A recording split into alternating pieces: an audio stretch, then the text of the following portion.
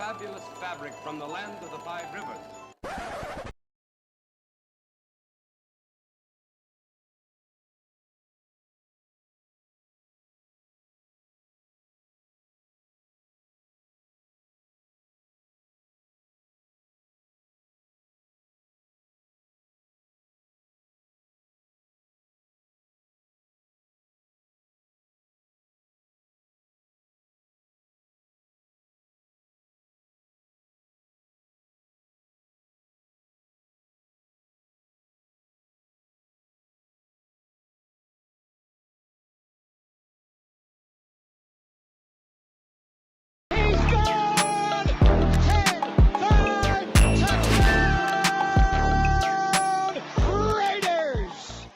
Two years ago, when we came to Los Angeles, I really believed that the greatness of the Raiders would be in its future.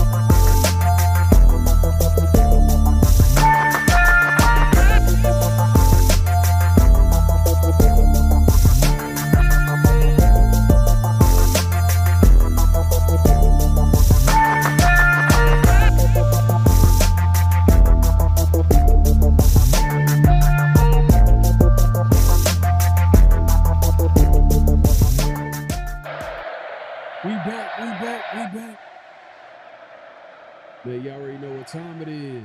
Oh, you didn't know? 50-50. Welcome to the 50-50 Show with PharoahNFL and the Severe Raider, the realest show for Raider Nation. The perpetuation of the greatness of the Raiders to take a professional football team and give it a distinct characteristic that's different from all others. Make sure to clock in, like, comment, subscribe, and hit that notification bell.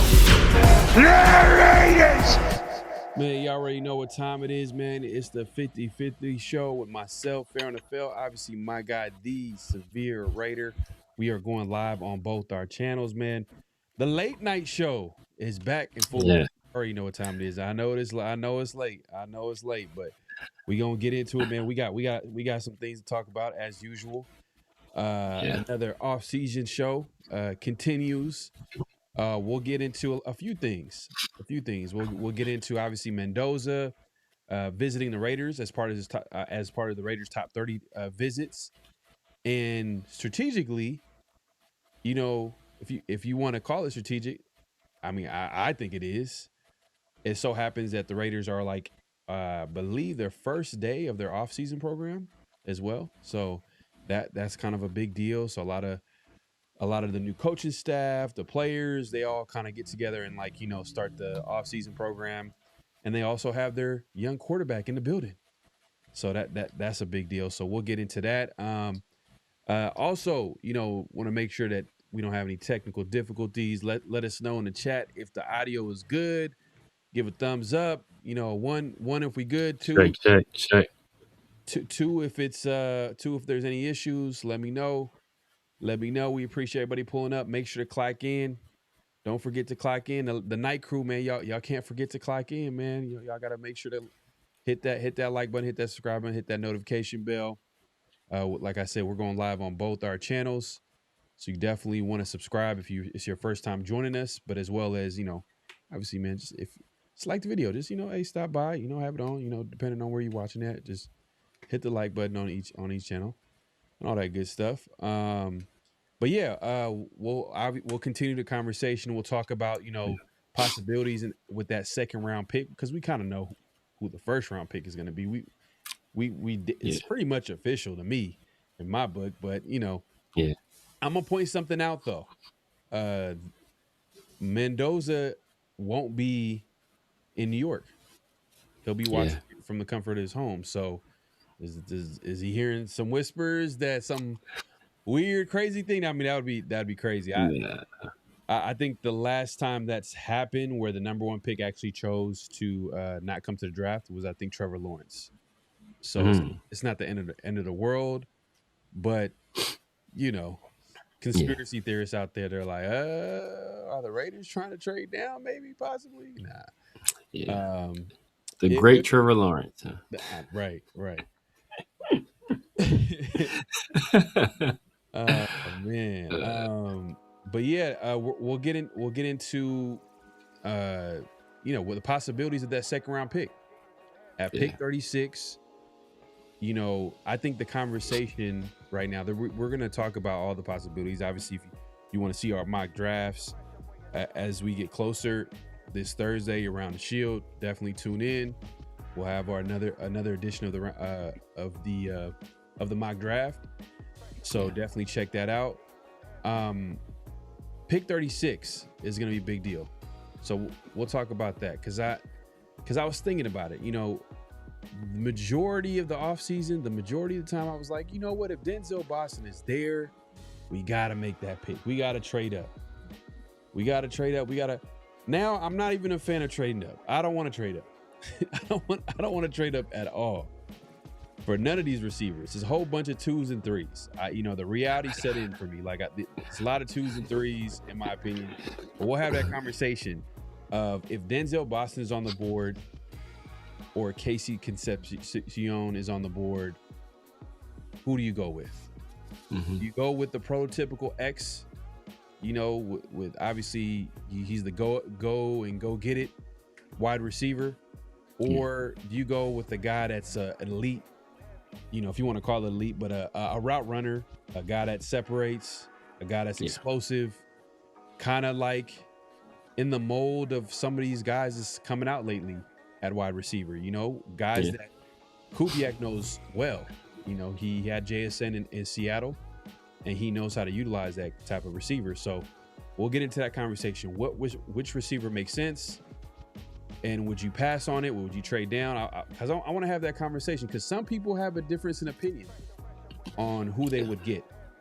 And at first I was pretty sure that it was going to be Boston, but then I had to be real about what Boston actually is. Is he a guy that's going to be a true number one? We'll have that conversation. And then, the usual flags on the play. Flags on the play. We got a few. We might have to cut it down to 2, but we have like multiple flags on the play. So definitely tune in for that. And then obviously the notable quotables, all that good stuff. But Severe, what's going on with you, man? How you been? Oh man, I'm good, man. Just draft is like 2 weeks away, basically. At this point, a little more than 2 weeks away, man. So I'm just gearing up for that, man. Getting ready. Gonna be there potentially for history, right? Could be at the NFL draft the day the Raiders select their franchise quarterback. So that's gonna be exciting times. Appreciate it, Ken. Appreciate it.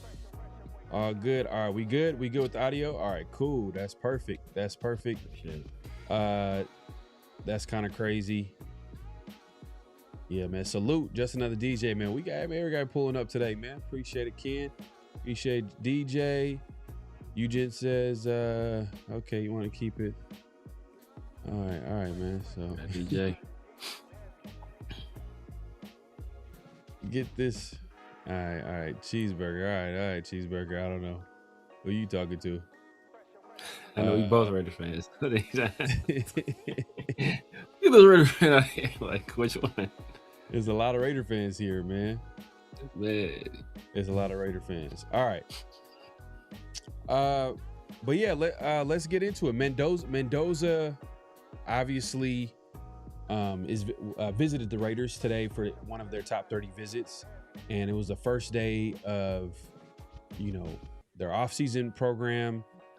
I thought it was a smart strategic move by the Raiders, and this is what happens when you have the number one pick. When you have the number one pick, you get to plan things out and be strategic about how you move and how you're going to go about your offseason. It's a little bit more control. It's almost like when you have multiple picks. This is the reason why I like trading down, is because when you have multiple picks on the board, you control the board. Whether if you want to trade down, if you want to go get somebody, you kind of know exactly what you can pretty much can do whatever you want, Exactly. Just because you have that ability. But in this case, the Raiders had Mendoza for their first.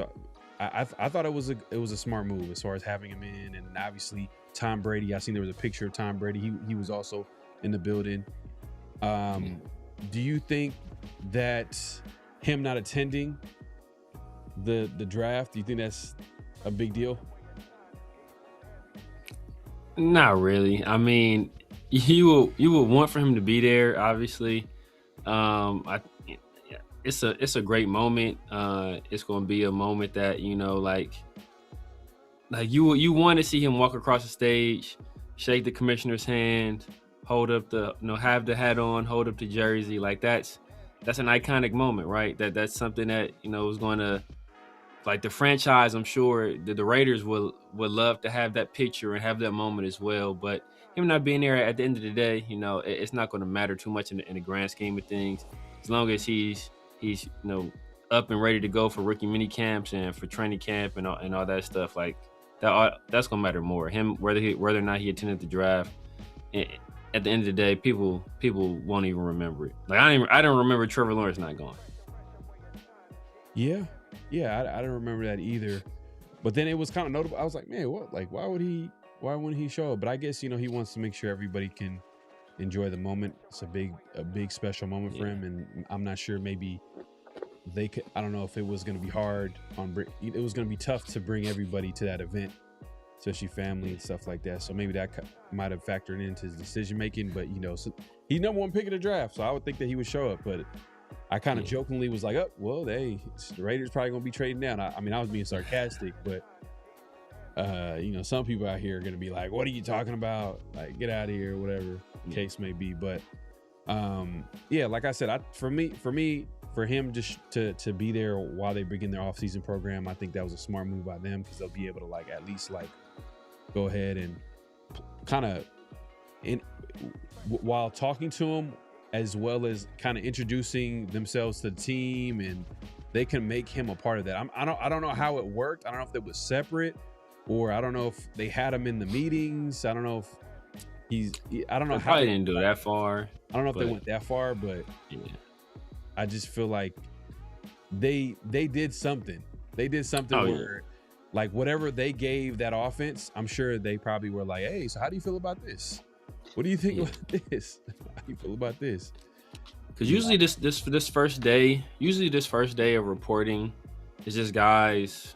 It's usually like a lot of medical stuff, generally. So it's not no on the field stuff. Obviously, no installation, nothing like that. This guy showing up, getting medical stuff done for the most part, physicals, all that kind of stuff. So really, it was a good opportunity for him.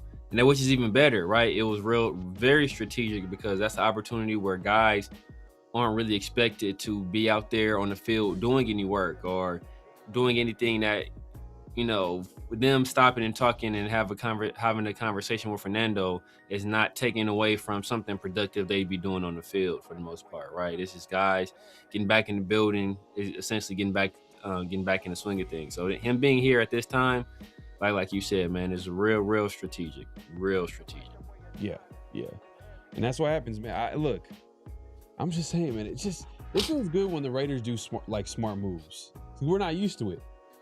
We're kind of not used to it. And the reason why I say we're not used to it is because we're like overreacting to every move that is kind of like expected by a franchise that is supposed to be in the NFL. Like you're expected to do these things. But being a Raider fan, we've seen teams not run that way. We've seen like the Raiders be run a whole completely different way and being at the butt of everybody's jokes and the media and even the media, like, it's kind of like, hey, like, what's going on here? They're kind of expecting the Raiders to do something crazy, and it's to the point where like it's almost like a little bit of hate coming from them because they're just like they're expecting it, just because we're used to it. We're used to the Raiders doing something that's stupid. But I don't know, this whole offseason led by Spy Tech, everybody in that front office, it just seems like the Raiders are going in the right direction. And look, I know I sound super positive right now, but man, it's the off season. It's the off season. This is where we get to like talk about the possibilities. This is our Super Bowl. You know what I mean? This is the Raiders Super Bowl. Like, the seasons in years past have been tough. Like especially the last couple seasons, it was hard to finish. Like, it was hard to watch games. Like this season, I actually started watching, like, because obviously we started watching like college prospects early on. Like we were like looking at the quarterbacks, and actually now it all like worked out because the Raiders got the number 1 pick, so everything makes sense. But Alex says Dolphins A-Chain holding out from OTAs right now. Interesting, because the Raiders are going to be drafting hopefully their own version of A-Chain. Exactly right. That's the ironic you brought that up. How'd you find him? You just was looking at running backs? Yeah. I was looking at like later round guys. So I really haven't usually I'd be like way more into the draft and stuff, or like way earlier on. This time I was only really looking at quarterbacks early on. I really didn't look at a whole bunch of other positions. But so I'm really now starting to get into a lot more people now that we kind of getting clear. And I knew we was gonna start doing mock drafts. So I was like, let me try to find some people that's gonna be some later round picks, especially at that position. So I was like, oh, this dude looks kind of intriguing. So who we're talking about is Damon Claiborne. Damon Claiborne from Wake Forest.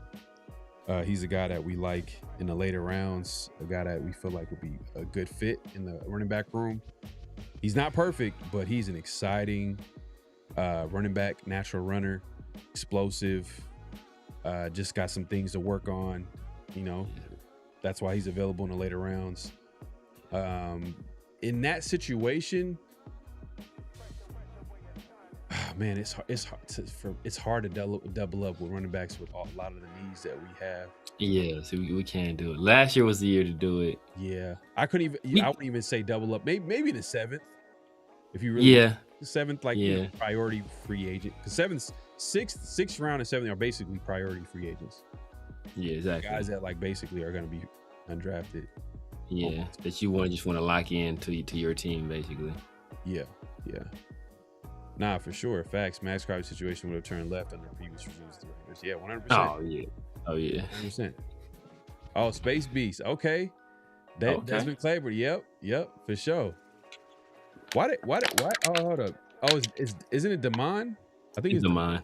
It's probably autocorrect.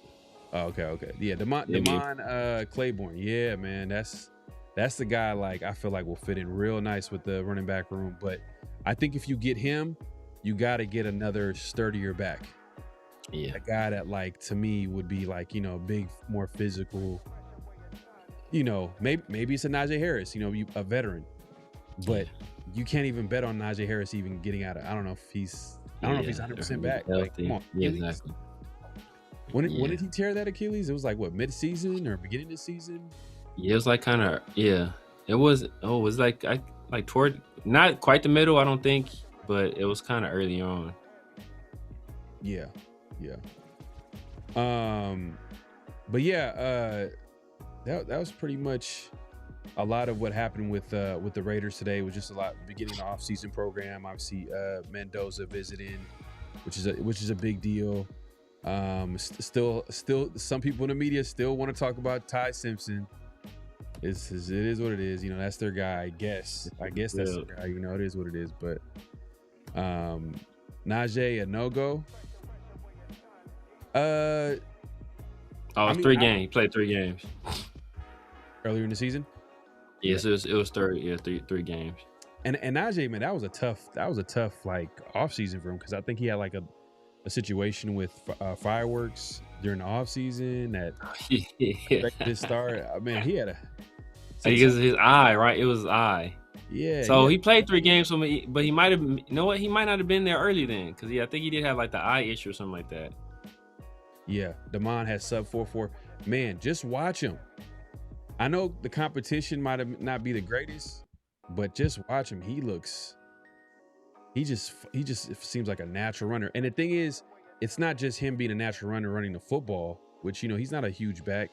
He's more like a scat back, third down back type of guy. Yeah. Speedy back, fits the outside zone. I think with him, it's also the special teams value too.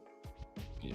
You got he's a good kick returner, good kick returner, punt return. I think punt returner as well.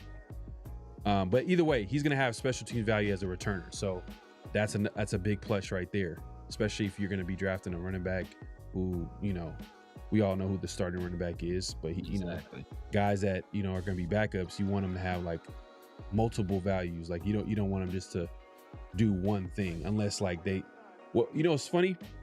It should have been a notable quotable. It was actually a good point. We might be able to add it a little bit later, but it was TJ Hujumzada on his podcast with Acho, and he was talking about the difference between a starting receiver and backups. And he said the starting receivers, they can beat press, and they can come out of they can separate at the top of their route. Mm-hmm. So they can do these things consistently well. That's the difference between a starter and a backup. A backup can only do one thing. And he said the high end guys, they can do the 2 things consistently, and then they can just, from a mental standpoint, they're on a whole different level. Like they're playing like elite, you know, 3D chess. Like they're a whole different level. But I thought it was kind of interesting as far as like, then you start thinking about the guys on the roster and be like, yeah, that sounds about right. Yeah. I mean, like, we don't got nothing. You know what I mean? Like, that's why. Hey, when I was literally thinking about the Raiders depth chart, I'm like, yeah, we might have to double up at wide receiver. We might have to get like one early, and then maybe some. You know, the Raiders do got 3 4th round picks, so maybe they figure out a way to. Claiborne is on the skinny side, but isn't that what they said about Irvin that played for Tampa Bay? Bucky Irvin. I think A-Chain also was in that department as well. You know, guys like them. So, yeah, you know, like Claiborne is 5'10", 188.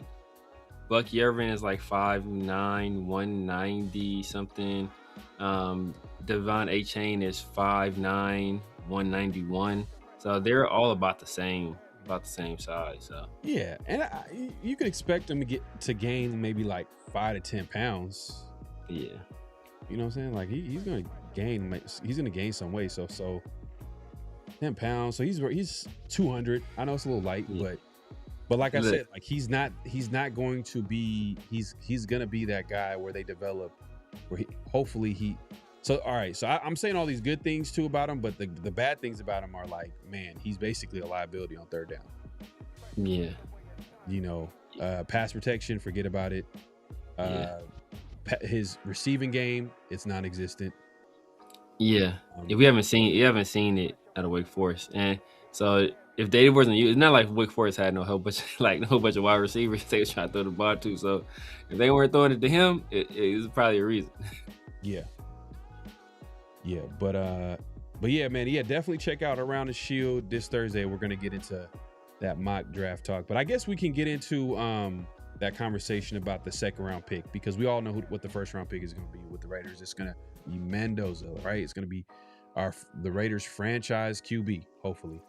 It's going to be Ty Simpson, according to Dan.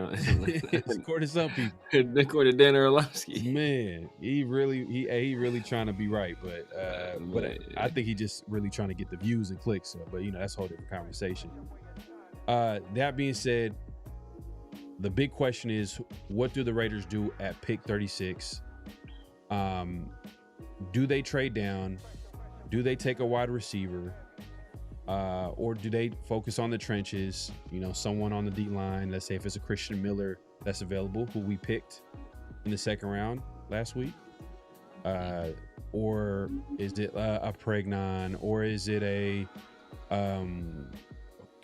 if Cade McDonald's there, you run to the podium, right? Lee Hunter, is he a guy that you're considering in the second round? Yeah, definitely. So when I've been doing mocks, he hasn't been available in the third. Oh, he's not going to be available in the third. He's not going to be available. He's going to be taken at some point in a second. So depending on, or do the Raiders focus on another position that we're not even talking about it as much? There was a mock where I traded down and I took D'Angelo Pons. I'm like, hey, you know what? I'm looking at him. He's 5'9", but he's a good tackler, sticky coverage. Yeah. I'm like, man, to me, I know he played on the outside, but I'm like, he kind of projects to play in that nickel. And I know the Raiders traded for Teron Johnson, but he's a guy that, if you looked at the last couple of years, he's been hurt. He's getting up there in age. He's kind of their insurance policy there. So the Raiders it gives them kind of like flexibility, like, all right, well, we can either draft a guy later and hopefully he develops into something by the time, that player is ready to take Teron Johnson's spot, or you draft a D'Angelo Pons in there and let the best man win and go from there.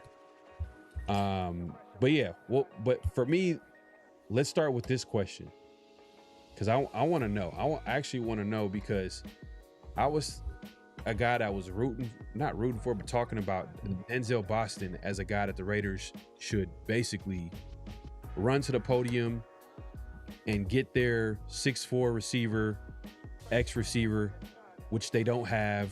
We don't have that type of receiver. You give Mendoza a big target, who Mendoza likes to throw those back shoulders. It's a guy like, who kind of, that's his game, is going up and going to go get it. And I'm sure he could develop that chemistry with Mendoza and get that down. So you could project that. You could look at that and be like, all right, that's perfect. That goes well with Mendoza's skill set. But then I was thinking about Casey Concepcion. His last name is crazy. I don't know why. It's like it's crazy, man. But Concepcion. Yeah, it's like, I don't know. What's the background? What's the background of his last name? Like, is he? He's probably Latin or something like that. I'm pretty sure it's Latin. There you go. But I'm looking at him and I'm like, man, you got a 6'4" X receiver who, if we're being honest, is he going to develop into number one, or is he more so going to be like a number two? Yeah. And in the state of the Raiders wide receiver room, we don't have neither. we don't have no one where we can say with our chest is like, this is number two. We did with Jacoby Myers. We could say like, hey, Jacoby Myers is a number two receiver. We at least have that. Now we could, if we could get a number one, we kind of get this room looking right. But we don't have that. Do we have guys that potentially could hold down that spot? Maybe.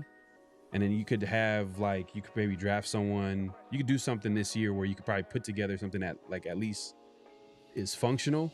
But right now the Raiders don't have that.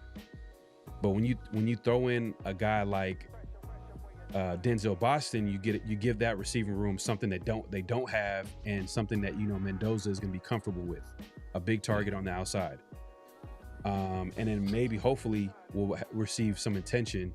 I mean, you got the Brock Bowers that's going to receive some attention, but now you got someone on the outside that's going to the safety has to pay attention to. Defense got to pay attention to. But then I look at I look at Boston, I'm like, yeah, but like the reality is this entire draft is filled with 2s and 3s. You can wait until the third round and grab a guy. Yeah. Like Ted Hurst is a guy, I've been talking about for a while. What's separating Denzel Boston? Like, is it really that big of a gap where you could be like, I know that Denzel's better, but like, is it that huge of a gap if you waited till like the third round and took a Surratt, a Jacoby Lane, I don't know, a Skylar Bell, Ted Hurst, like, yeah.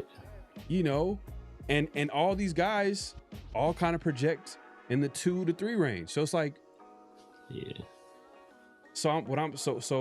But then when I look at a Casey Concepcion, I look at him, I'm like, man, the value that he brings, explosive, route runner, separator.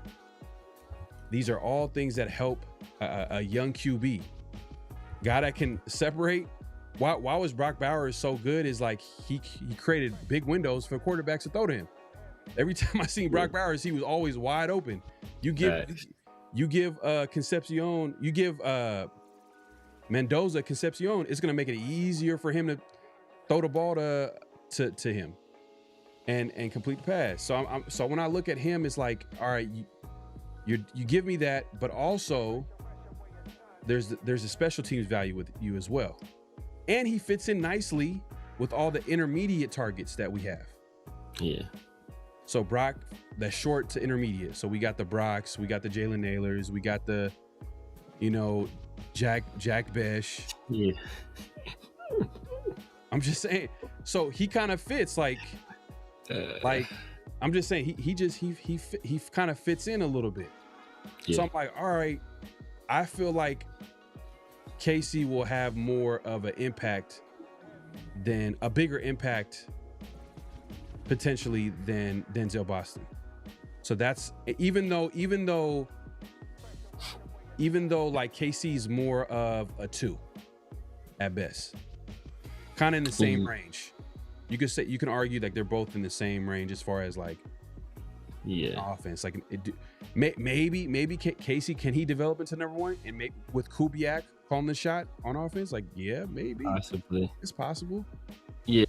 You look at Casey Concepcion and you could say like they're not exactly the same kind of players, but you look at him and say, okay, is he like Zay Flowers?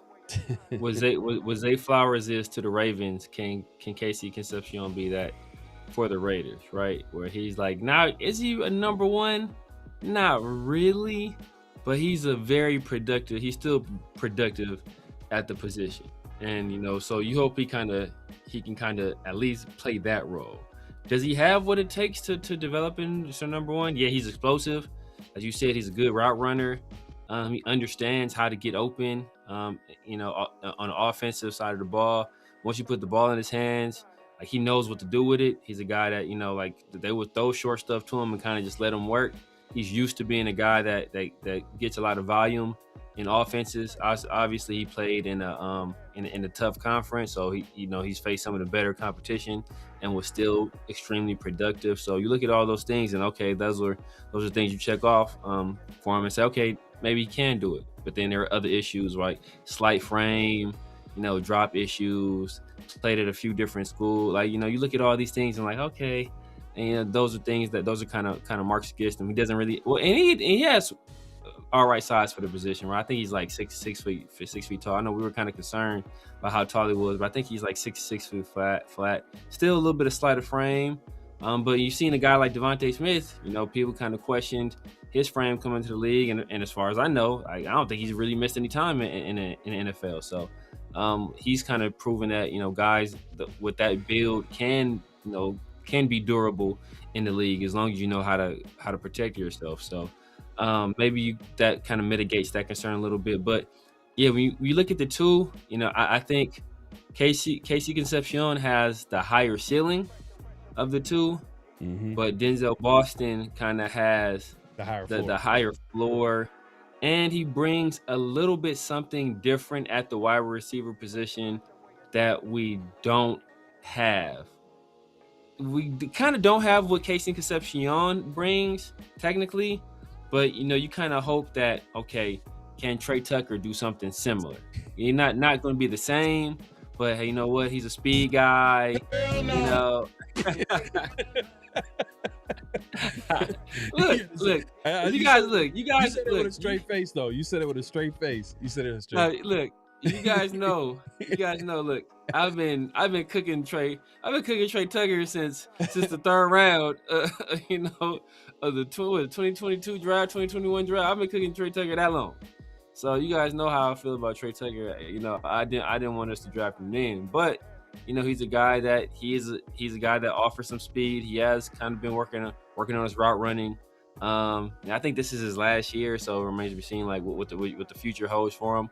Man. But can he find that kind of role in this offense? That's a possibility. So maybe they look in a different direction where, we want a big outside receiver with a big catch radius, with dependable hands that runs reliable routes, right? Like we don't have that right now at an outside receiver. We got that in Brock, but we can't, like we saw even as a rookie, right? And some a little bit last year. Like can Brock consistently beat number one corners in the NFL? That's a tough to ask a tight end to do that on a consistent basis. Can he do it? Yeah, he can do it, but to ask him to do that week in and week out, that's not fair for him as a player. And then you're kind of wasting him because he's not going to be at his most optimal effectiveness. So that's why you want an outside guy that can kind of do that, and that puts Brock where he's supposed to be at. So, and that's what Denzel Boston brings in that situation. So it's kind of different strokes for different folks.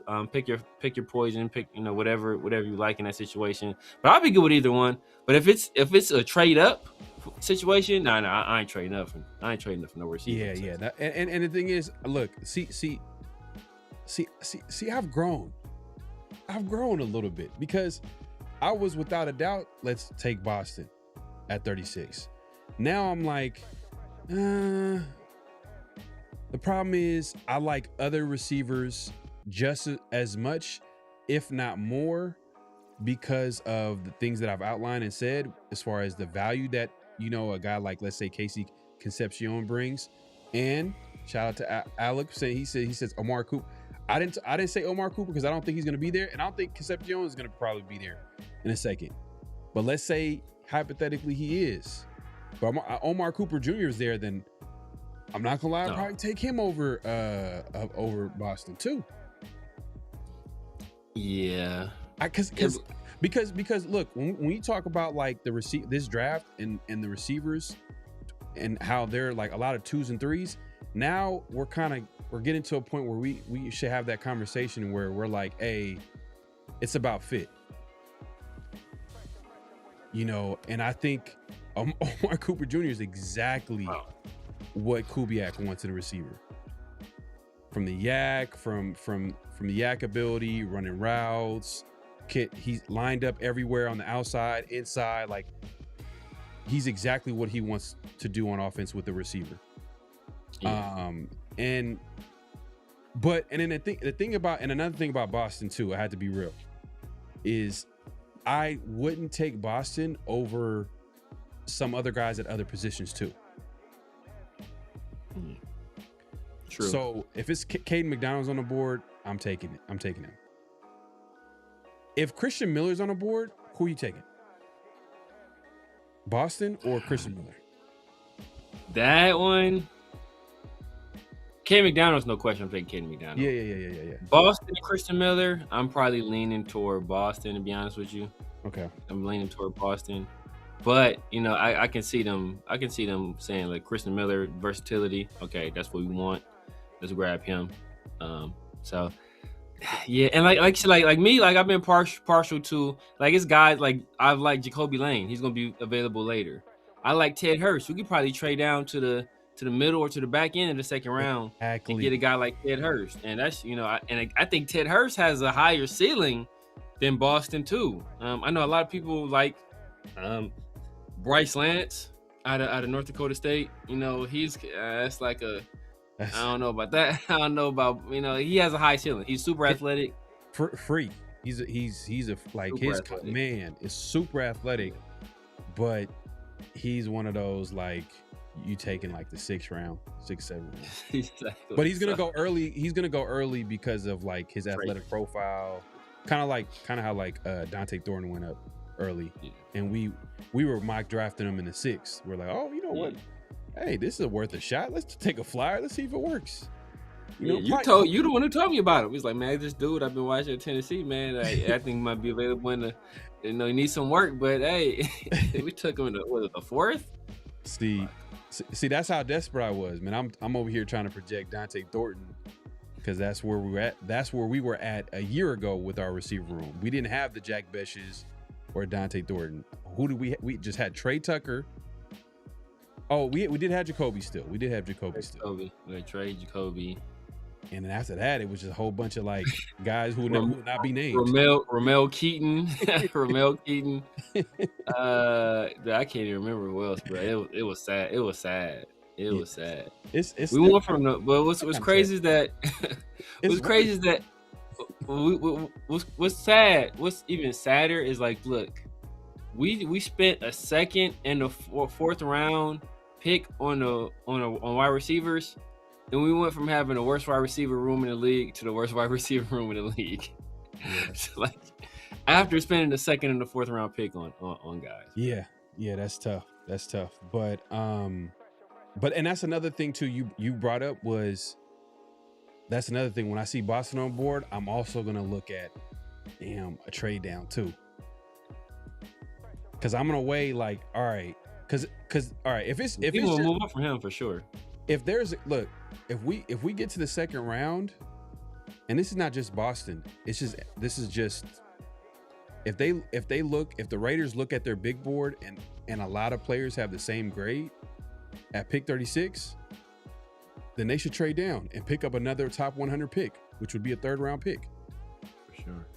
And then they still can get whoever was on the board at pick 36 and then trade down again. Now the downside about that is that last year was Jack Besh. And I'm not gonna lie, like the more as time goes on, that Jack Besh, I hope it turns out well, but it's kind of depressing. I ain't gonna lie. Jack Besh, I'm hoping that he balls out, but whew, that was a rough, like to get nothing from your 2nd round pick. We didn't get nothing. Yeah, man. But a lot of that was kind of politics too. It seems like Pete. Yeah, he was in Pete's doghouse immediately. Bro, like because there's no way Dante Thornton should have been playing over Jack Besh. I'm sorry, I don't. No, especially for as long as he did. Because you could say, oh well, he got speed and this, that, and third. But when you actually went through, because we went a large portion of the season to watch Dante Thornton, and he couldn't do this simple, in terms of NFL, running routes, and like it just seemed like the corners are running routes for him. It was just like, damn, like this is kind of sad. Like we need to get like at least Jack Besh. He'll do some savvy thing. Like he'll do something savvy. He's not the athletic guy. But he'll at least do something that, okay, that looks like an NFL wide receiver. It looked like exactly, But so I'm still holding out hope for Jack Besh, but Dante Thornton, hopefully he has an amazing offseason. Yeah. Well, you know what? To be fair though, I think they because they could have took him before trading down. They could have. But the thing is, they traded down, and right before they were going to pick Arizona took their him. First trade down, I think Arizona took him. Yeah. And then what sucked even more was that they traded down. I'm like, all right, you know what? We remember we're doing our mock drafts. Or like Rutledge was a guy that we were taking in the 3rd round. I'm like, hey, 3rd round this year. I would take now I would take him right now in the 2nd. And then I think Detroit traded up right in front of the Raiders. No pick right before we pick, and that's the rest is history. And then the Jack Besh pick, I was just like, what are we doing, man? Like, man. But because the rumor was we wanted Jaden Higgins out of Iowa State, and then the Texans took him. So then I think we traded back, and then Will Johnson was approaching, and then it looks like Will Johnson was going to fall to us, and then Arizona picked him and we traded back again. And then, obviously, Detroit traded in front of us and took Tate Ratledge. We took Jack Bech. And I think it was like toward the back end of the second round because I don't remember a lot of players that were drafted after we took Jack Bech. So I don't know if we missed out on anybody good in the second round after we actually selected Jack Bech because I think it's maybe only like 5 or 6 picks left in the round after that. Shout out to Raider Allegiance. I think Tucker's getting traded. Does he? Does he get traded? I don't know. Maybe. I mean, it's mixed bags because we hear Kubiak, I know we didn't talk about it last show. I think Kubiak was talking really highly about him, saying some really, he's the kind of guy you want on your team. He plays like you want to, and he's in here working all the time. I think he compared his work ethic to like Max Crosby or his play style or whatever to Max Crosby. So that could be, him like, bigging up a young guy and maybe we anticipate that guy having a good season, or it could be a situation where he's bigging him up and, they're trying to inflate his value right before trade. Bro, he said DeAndre Pounds is like a more athletic version of Upton Stout. Stout was a dog last year for the 49ers. He was. He's short too. Yeah, look, man, let me Upton Stout was a dog last year. Bro, this is my draft that I had, man. Let me see if I could pull this up real quick, man. I think I sent this to you earlier. You did. But it's so unrealistic because PFFs, because it was a PFF mock draft simulator, and their big boards is it's according to PFF. So it's kind of this is not, because I look, hear me out. So who I got in the first round, obviously Mendoza. I got Mendoza in the first. Obviously Ty Simpson. It's like first round Ty Simpson.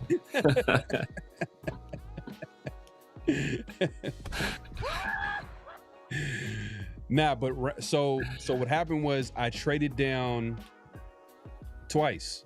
I traded with the Dolphins, and I traded for their 43rd pick, and I got their round 3 pick, and they had another round 3 picks. They had 2 third-round picks. Actually, hold up. Well, this is unrealistic. Well, look, this is what I did. I traded down to pick 43, and they had 3 third-round picks that they had, and I was like, I'm gonna take that plus 151 which I believe is a round 5 pick, and I traded away pretty much all 3 of the 4th round picks the Raiders had, plus a round 5 pick, plus a 6th round pick. But for 3 top 100 picks plus a 5th round. So I'm like, hey, look, top 100 picks, that's where you're gonna get really good talent, or talent that like you'll have a better shot at getting really good talent in the top 100. So I'm like, hey, that's a good trade. And then I traded down again with Tampa Bay, and I traded down to 46. So I went from 43 to 46, and I got round 3, 77, which is 1 top 100 pick, their round 4 pick, and their 5th round pick, and I traded away one of my 3rd rounders and their 5th rounder. So I kind of like, I picked up an extra 3rd rounder, but I got some little, I just picked up probably an extra 4th. 4th and a 5th, I think. Yeah. But it's a little complicated. I got to trade down. But anyways, Pons, round 2. Skylar Bell. Have you checked him out? Wide receiver out of UConn? Yeah, UConn. Yeah, I like him. Yeah, he's a solid prospect. Tested well. Yeah, he did. Kind of question his play strength a little bit, but he's one of those guys where you look at him, you like, hopefully he fits in with what Kubiak is trying to do on offense. You know what I mean? Like, he's not the biggest dude, but he got some straight line speed, got some athleticism, 10-inch hands. So for all the, he's gonna go up and go get it. Like, well, he's not gonna go up and go get it. That's not his game. I'm like, he's not. That's not his game. but he's gonna catch the ball. Like what you call it? You know, Turf is from Connecticut, so and Turf loves him. Yeah, Turf he's loves him. productive. He was productive last year because I don't know if he was like their only weapon, but he had like a whole bunch of targets, production. I think he had like 12, 13 yards, 100 some catches or something like that. And then after my second third round pick, that was my first third round pick. My first third round pick, I got Skylar Bell. And the second, I got Pons. My second third round pick, I got Darrell Jackson Jr., which is like a super.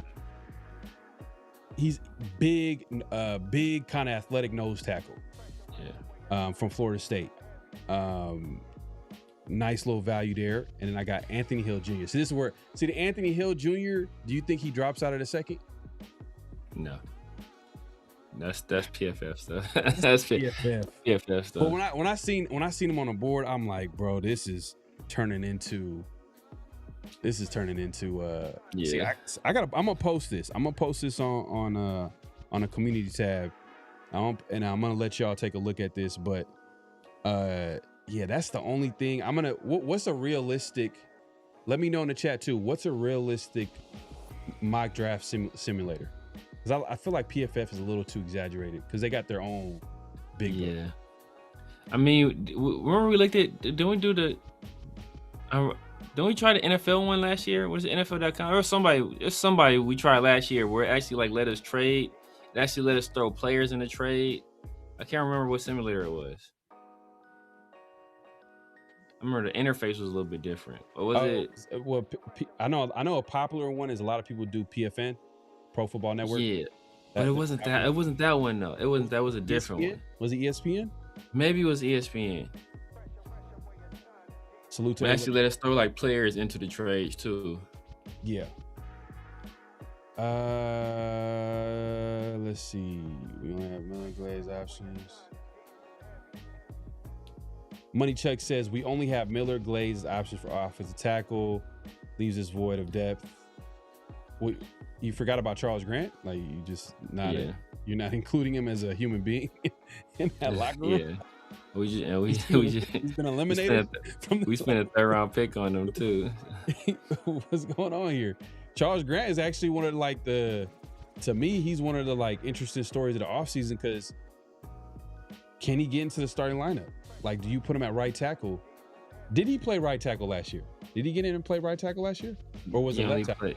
He didn't play left tackle technically. When preseason he played left tackle. And then the only time he got any snaps during the regular season was like as an extra tackle, but exclusively on the left side.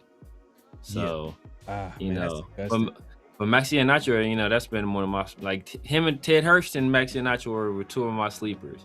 And I know both probably going to be second round picks. So there you go. So like we probably won't have a chance at either one of them, to be honest with you. And I think that's kind of, considering the extension we just gave Max, I think that might be a little bit too rich for. But Kubiak's gonna want to build in the trenches. So if he doesn't have any faith in Glaze as a right tackle, and if they don't have any plans on moving Charles Grant to right tackle, maybe they want to keep him just. You're behind Colton, or you're a swing tackle situation where we're grooming you for the future to be the future left tackle. Or for right now, you just got spot duties at both tackle spots. Then maybe they do that. But we have so many holes where I don't know if we take a right tackle that high. Mm-hmm. And there's a very good chance that Maxi Iheanacho goes late first too. It's just like with the traits that his inexperience. But the traits that he has and how fast he's acclimated to playing football and with the basketball background, so he has incredibly good feet, incredibly good balance. I think some team is going to look at that and say, you know what? We think this guy can be an incredible player in this league. We're going to take him late first. Would you take Caleb Lomu in the second? Out of Utah? Because Utah, yeah. And I think he played left tackle. It was crazy. I think Spencer Fano played right tackle, and Caleb Lomu played left tackle, if I recall correctly. That's true. It is true. So even him is like kind of the same thing. It's a projection of him moving to the right side, and I think he's a good prospect. But it's the same thing where we're moving a guy from the left to the right again. Yeah. So I haven't really taken offensive linemen in my recent mock drafts or mock draft because I just literally we did our first one last Thursday. It was only a 3-round mock draft. Then like after that, this weekend I did like a full 7-round mock draft, and I kind of seen how like the board fell. And I haven't taken offensive linemen like that just because of how the coaching staff have been talking about the offensive line. And it just seems like they're because they drafted 2 offensive linemen last year, and Caleb Rogers and Charles Grant. So technically, and then they brought back Jordan Meredith for whatever that's worth, depth or maybe insurance policy for that left guard spot because he has experience playing there. And then they did sign a guard in free agency. Not a big deal, but a guy that like kind of fits the system. Yeah. And then you got Caleb Rogers, Burford or something. yeah. Which it's not a huge deal, but it's a veteran, plenty of starts, plenty of experience. Same thing with Meredith. And then you got in Caleb the system Rogers. Too. He played for the 49ers, so he knows the system. Right. And then the whole offseason, all you hear is that like, man, like how much they like the offensive line room and the talent and coaching and how coach. It just seems like it might be another offseason where they just believe in like just coaching up the young talent in the room and just seeing what they have. Now they did go ahead and give the center a whole lot of money, but I feel like that was a move that they had. Lot of money. But I think getting him in that offensive line room kind of makes everything a little bit more solidified because now you got JPJ, you got a legit center, you got Mr. Consistent and Colt Miller on the left side.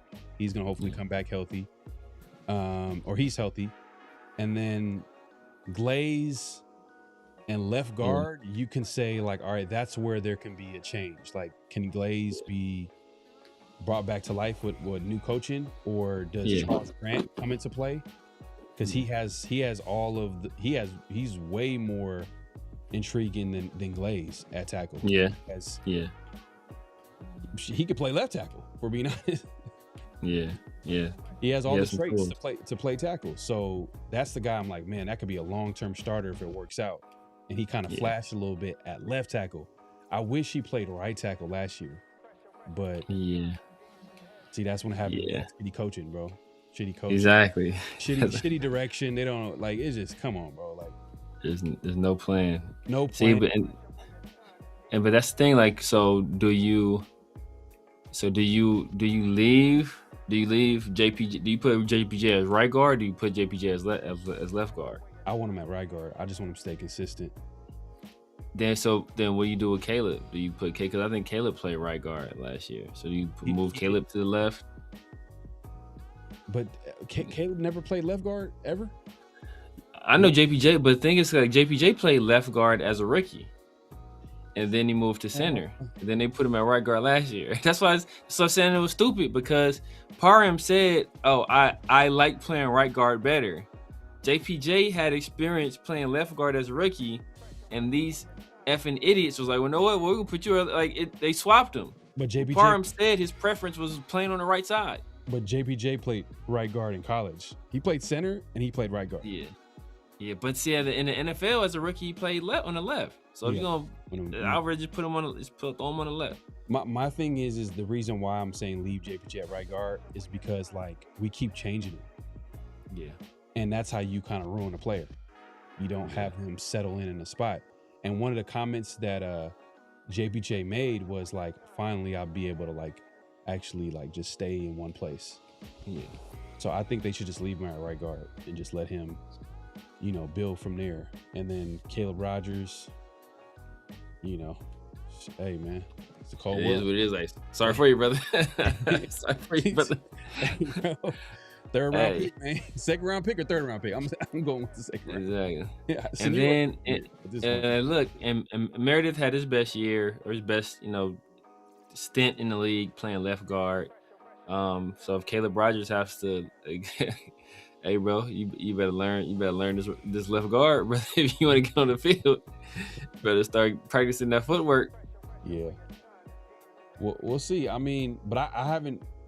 I'm gonna see if there's anybody like that's worth taking. I'm sure there is, like as far as in the early rounds, as far as like offensive line, but it just feels like the Raiders are kind of rolling with like the guys that they already have in the building. Yeah. JP Linderbaum was like their big like, hey, this is gonna be our big free agent signing. We got young guys that's developing. We got Colt Miller that's been there, done that. Blaze is what? This is his Telesco. Third year. Found him in the third. And he's probably he has a chance of starting his third or fourth straight year? His third year. Third year. So we'll see. I mean, I don't know. Damn, I don't want to see Glaze for a third year. I'll be honest with you. I like it was like I thought about it, you know, it was cool. Yeah. You know, after he was like, oh, you know, see how this goes. But maybe there was a whole lot of chaos going on with the offense. That's why it's tough to like evaluate sometimes players when everything is bad. Yeah, I mean, like we pointed early on. We pointed to what? Coaching. What was the first thing that we noticed? Like, why are you moving? You just made a point earlier. Like, why did they move JPJ from left guard? Why did they move Meredith from right guard when he was playing there? When they figured out like a combination that worked that year, and they wanted to like break it up. Yeah, it didn't make any sense. Yeah. Yeah. And there was that, and then there was a play calling. There was what type of offense were we running? Pete Carroll offense. Gino was like, I'm just gonna take the year off and get paid. Yeah. You know what I'm saying? Like, it was a mess. But the thing that's good this year is that we got Rick Dennison in here, so you know you got a guy who you can conceivably trust and say, you know what, he's been able to do it. He was doing it in Denver with, you know, not super high draft picks. I don't know, was he there when they drafted Ryan Clady? I don't know, but not like they were like throwing heavy assets at the offensive line, right? So he's a guy that's kind of proven he can get the job done. So you conceivably can say, hey, look at Glaze, look at what he did as a rookie. He showed some promise last year. Obviously, took a massive step backwards. Look at Charles Grant. Oh, is this a guy that you think can play on the right side? Yes. Okay, good. Look at Caleb Rogers. Oh, no, hey, is this a guy that you think can be a starter on an interior, whether it's on the left or the right? Like, what do you want to do with him? Okay, bam. And then you kind of go from there. Okay, you prioritize what do you need. If he feels we don't really have an option at right tackle, then right tackle obviously becomes a glaring need. If we feel we need some depth on the interior, or we don't have a guy that is capable of being a productive starter in the NFL and on the interior outside of, you know, JPJ and Linderbaum, then okay, obviously that becomes a priority as well. So like you'll be able to trust a guy and Kubiak as well. You know, they've kind of been there around him. I mean, they took Zabel, right, and that was that, you know, he turned out to be an invaluable piece of their team. So and it helped them win a Super Bowl. So like that's a situation where Kubiak has seen firsthand the value that even a rookie interior offensive lineman can provide to a team, especially on the offensive side of the ball. So we'll see. Like, those are guys, like I said, that they've been there, done that, and they should be able to have a good idea of exactly what we need at those positions. So TN says needs offense tackle in the second or third round. So when we did our mock draft last week, I think we took Bell from Miami. Was it Marcus Bell or Markeith Bell? It was like that tall. I just remember it was a tall offensive tackle. They're real big. Like 6'9". Yeah, the giant. I gotta look at the success rate of 6'9" offensive tackles. I don't think I've ever. Has there been a success, like a good? I think the dude from Denver, I forget his name. 6'8". You know, I'm thinking like Veldier. Was Veldier? Jared Veldier. He was like 6'7", 6'7", 6'8". The dude from Denver. I thought he was that big. Did Cable put him at center? Did Cable do some weird stuff where he put like a tall center? I could have sworn this Tom Cable. This Nah, I don't think he did that with us. Not with Valdir, not that I remember. He put him at left tackle. Okay, he put him at left tackle. He put him at left tackle. He played left tackle. Yeah, Well, he had a solid little year. It wasn't Valdir then. It must have been someone else. Like he did something weird where he put like a super tall center. It was kind of weird, but. Yeah, I want to say the dude from Denver is like that tall. I can't think of his name right now. Garrett Bowles? Garrett Bowles. I think Garrett Bowles is like that big. Garrett Bowles is a 6'9"? Yeah. He's turned out to be a player. He's not a bad player. Yeah, maybe 6'8". Trent Brown is. I think Trent Brown is like 6'8". 6'8", I feel like is the cutoff. Yeah, you see like 6'8". Trent Brown is 6'8", like 400 pounds. Yeah, Trent Brown he's a massive human being. Let me see. Garrett Bowles is 6'5". Oh, he's like 6'5". Like, damn, okay. That was way off. Damn, if you got like 6'9" tackles and you got Russell Wilson back there or Kyle Murray back there, like, damn, like that is. Yes, 6'8" is kind of the cutoff. I'm looking at guys right now. DeJuan Jones, 6'8". Trent Brown, 6'8". Rob Heavenstein, 6'8". Colton Miller, 6'8". Yep. Spencer Brown, 6'8". He's pretty good. Mike McGlinchey is 6'8". Stone Forsythe, 6'8". Yeah. So that's my thing. Is like that was the first thing that caught my eye. I'm like 6'9". Yeah, 6'9". I'm like, you gotta put that as like a red flag. Like, there hasn't been guys that tall. Usually they play basketball. You know what I mean? Like they're playing a whole different sport. Yeah. 6'9". Like we haven't seen. There's a reason we haven't seen 6'9". Damn, I don't think there's any position at like. Is that like the tallest NFL player has ever been? 6'9". I just noticed a lot of NFL players are kind of like 6'8" and below, pretty much. Usually about that. Yeah, that's the tallest. 6'8". Because at that point, like you become like a target. You like 6'10". There was a tall receiver. I forgot what his name was. There was a huge tall receiver though. That was like Langston Walker was not 6'9". Harold Carmichael. Langston Skywalker. Remember when he blocked the punt? Or not blocked the was it him? Langston Walker? Did he block that famous Raider Denver game, the snow game? I think it was Langston Walker. Hold on. Was it him? Austin was Austin Howard that big? Jonathan Ogden was that big? Ogden was that big? Damn, let me see. No, Langston Walker was 6'8". Jonathan Ogden, that's like one of the greatest offensive linemen of all time. Yeah. Played for that scumbag organization though. Can't forget about them. Jonathan Ogden was 6'9". Jonathan Ogden is 6'9". Wow, this is a Hall of Famer. Jonathan Ogden is 6'9". Is he Hall of Famer? He got to be Hall of Famer. Oh, for sure. Yeah, like you said, he's top 5. He's probably top 5 all time. Damn. This is one of the greatest left tackles. Yeah. Damn, he was their first ever draft pick too. Damn. For the Ravens organization, that's that man. When they went back to Baltimore. That's crazy. Because wasn't that like the Browns? The Browns went to Baltimore and they changed the name to the Ravens. Yeah, exactly. Yeah. Confusing, yeah. But. Yeah, Jonathan Ogden is a Bruin. Damn, he was 6'9". Yeah, he's a Bruin. Damn. Damn. So one of one. All right, but we did our draft the offensive tackle in the 3rd round, I think, in our mock draft. That was like the only time that I did it. Man, shout out to D Menace in the building, man. Appreciate the super chat, my guy. Appreciate it, man. Appreciate the support.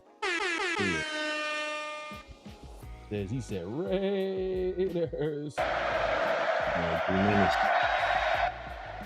Yeah, I think Harold Carmichael was tall. I think he was like 6'7". I think that's like the tallest non-offensive lineman I think that ever played the league. but like tight end. I know tight ends can get tall.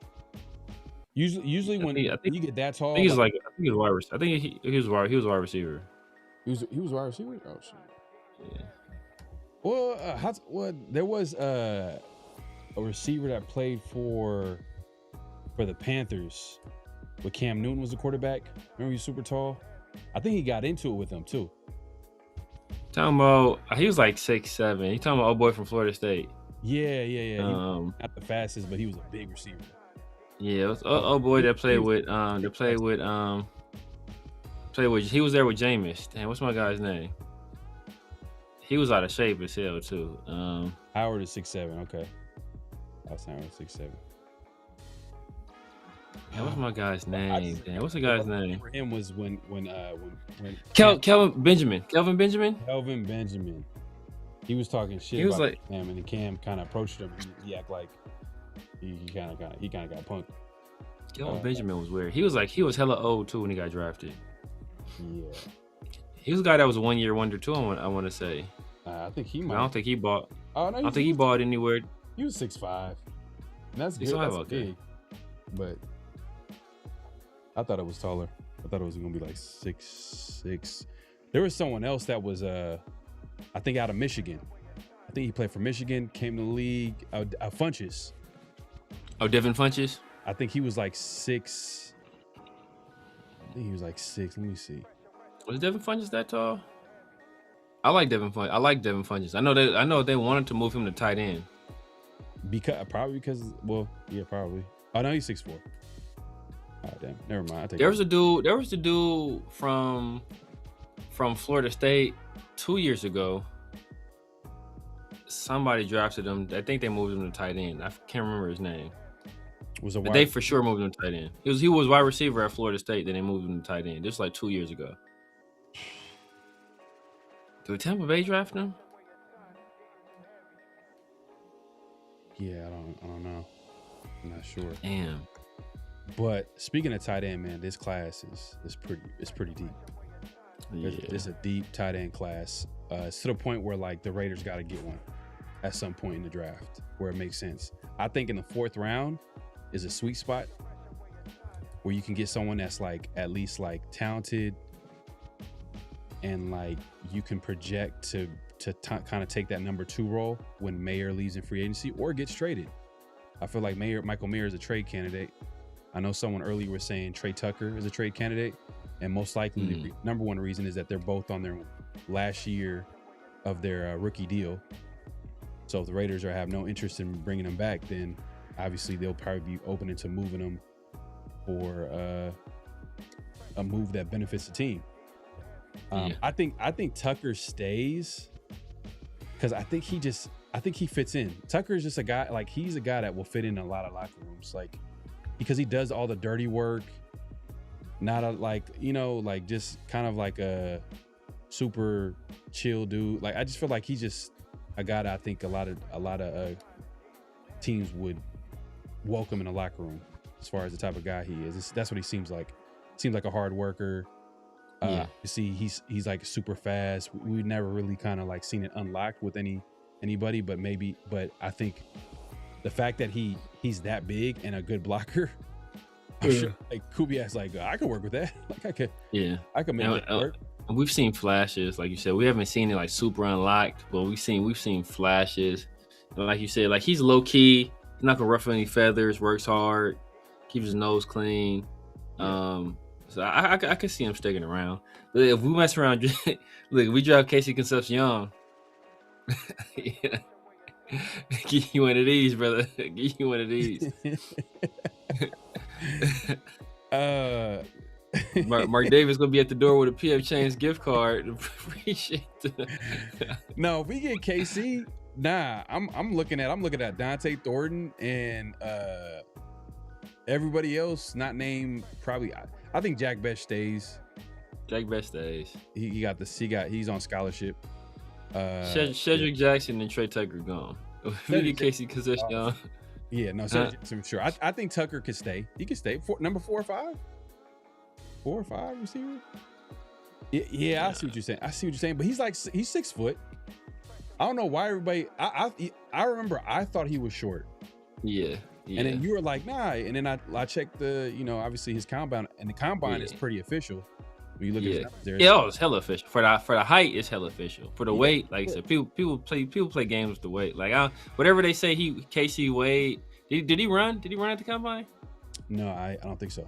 See, I don't trust his weight. If he didn't run, I don't trust his weight, because that's what they do. Especially like slim, slight guys like that.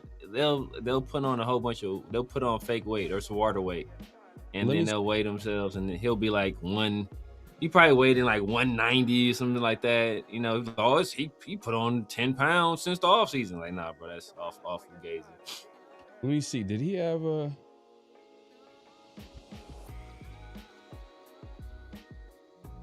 Oh, I think he did run. Oh, did he run? If he run, then I trust the weight. I don't know how. Let me hold on. It didn't pop up the first. Let me see.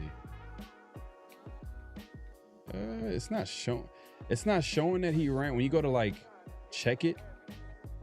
Yeah. On the combine website, it's not showing it. But then see this AI. That's why you got to double check AI. AI be making mistakes, because it says here that he recorded a 4.42, 4.46 40-yard time. He maybe did it at the pro day. Let me see 40 time. Let me see pro day, because sometimes they might get their information from invalid sources. Let's see.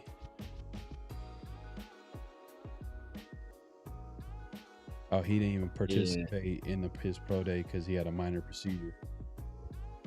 Yeah, see. Yeah, they say he won. They said he's 6 foot 196. No way in the world this man was 196 pounds. They didn't weigh him? That's what I'm saying. They didn't weigh him? No, that's his weight at the combine. He said he weighed 196 pounds at the combine, bro. Ain't no way in the world this dude was 196, bro. That's what I'm saying. That's what dudes do. If you don't run, you don't do no athletic testing drills, they do that stuff with their weight, where they'll blow up and be, man, you see this, I see how fast he is. He's almost 200 pounds. Like, nah, bro. That's fake weight. He probably like 180 something, and that's what he gonna probably play at in the league. But you trust the height, right? The height is the right? height. Yeah, the height is official. The height is gonna be official. Right. That's what I'm thinking. Right. Yeah. Right. So all right. So the tight ends that I like are Max Klein from Michigan, Sam Woosh from Stanford, or Woosh, from Stanford, and Oscar Delp from Georgia. And all these guys, you can project them to play inline tight end, and they fit in with not Michael Mayer. Forget Michael Mayer. Exactly. He gone. I'm done. They'll fit right in Michael Mayer's lacquer. Here you go. See, the players that I'm focused on are the players where I'm looking at who are the best players on the Raiders offense. What is the Raiders' identity? What does Kubiak want to accomplish? What type of offense do they want to have? They want to run the football. They want to get the ball to their playmakers, which obviously is Brock Bowers. And Brock Bowers is not going to be a guy that you want him to be like playing that big slot. You know what I mean? You want him to play more in space, and not. I'm sure they could probably put him inside inline tight end, but you probably don't want him to be in there. Yeah. And then I'm sure Kubiak wants to have that 12 personnel where you can catch teams off guard, which Raider fans have been talking about for years, because you're like, oh man, Michael Mayer and Brock Bowers, but we have yet to see be fully unleashed. Hopefully, maybe we see it this year. But I'm looking for a guy that kind of complements Brock Bowers. A guy that's going to do the dirty work, but also have some upside as a receiver too. Yeah, as a number 2 tight end, because I can see the 12 personnel thing a lot with the Raiders offense with Kubiak running the show, and they're going to be running the football. So I'm like, all right, everybody I mentioned are all either good blockers or have upside to be good blockers. Yeah. Like Max Klein, he's like about 260 right now. Yeah. Isn't he like 6'7"? He's something crazy right there. Yeah, he's like 6'6", 6'5", 260. big target, physical blocker. Like, you can project him. You can see the upside there. The dude from Stanford, like, I think he might be, I think he might be the best blocking tight end in the draft, arguably. Yeah. For sure. Yeah, Or he's one of the most physical blockers, at least. Like, and he's coming in at 260 as well. I think I'll look him up here. And I'm like, man, this will be nice. It's perfect.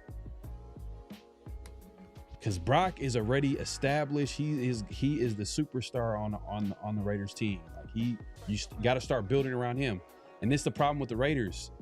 And this is why, like, I wasn't mad that Max Crosby wanted to leave the Raiders, because they've wasted so much of his time with the team not building around his skill set.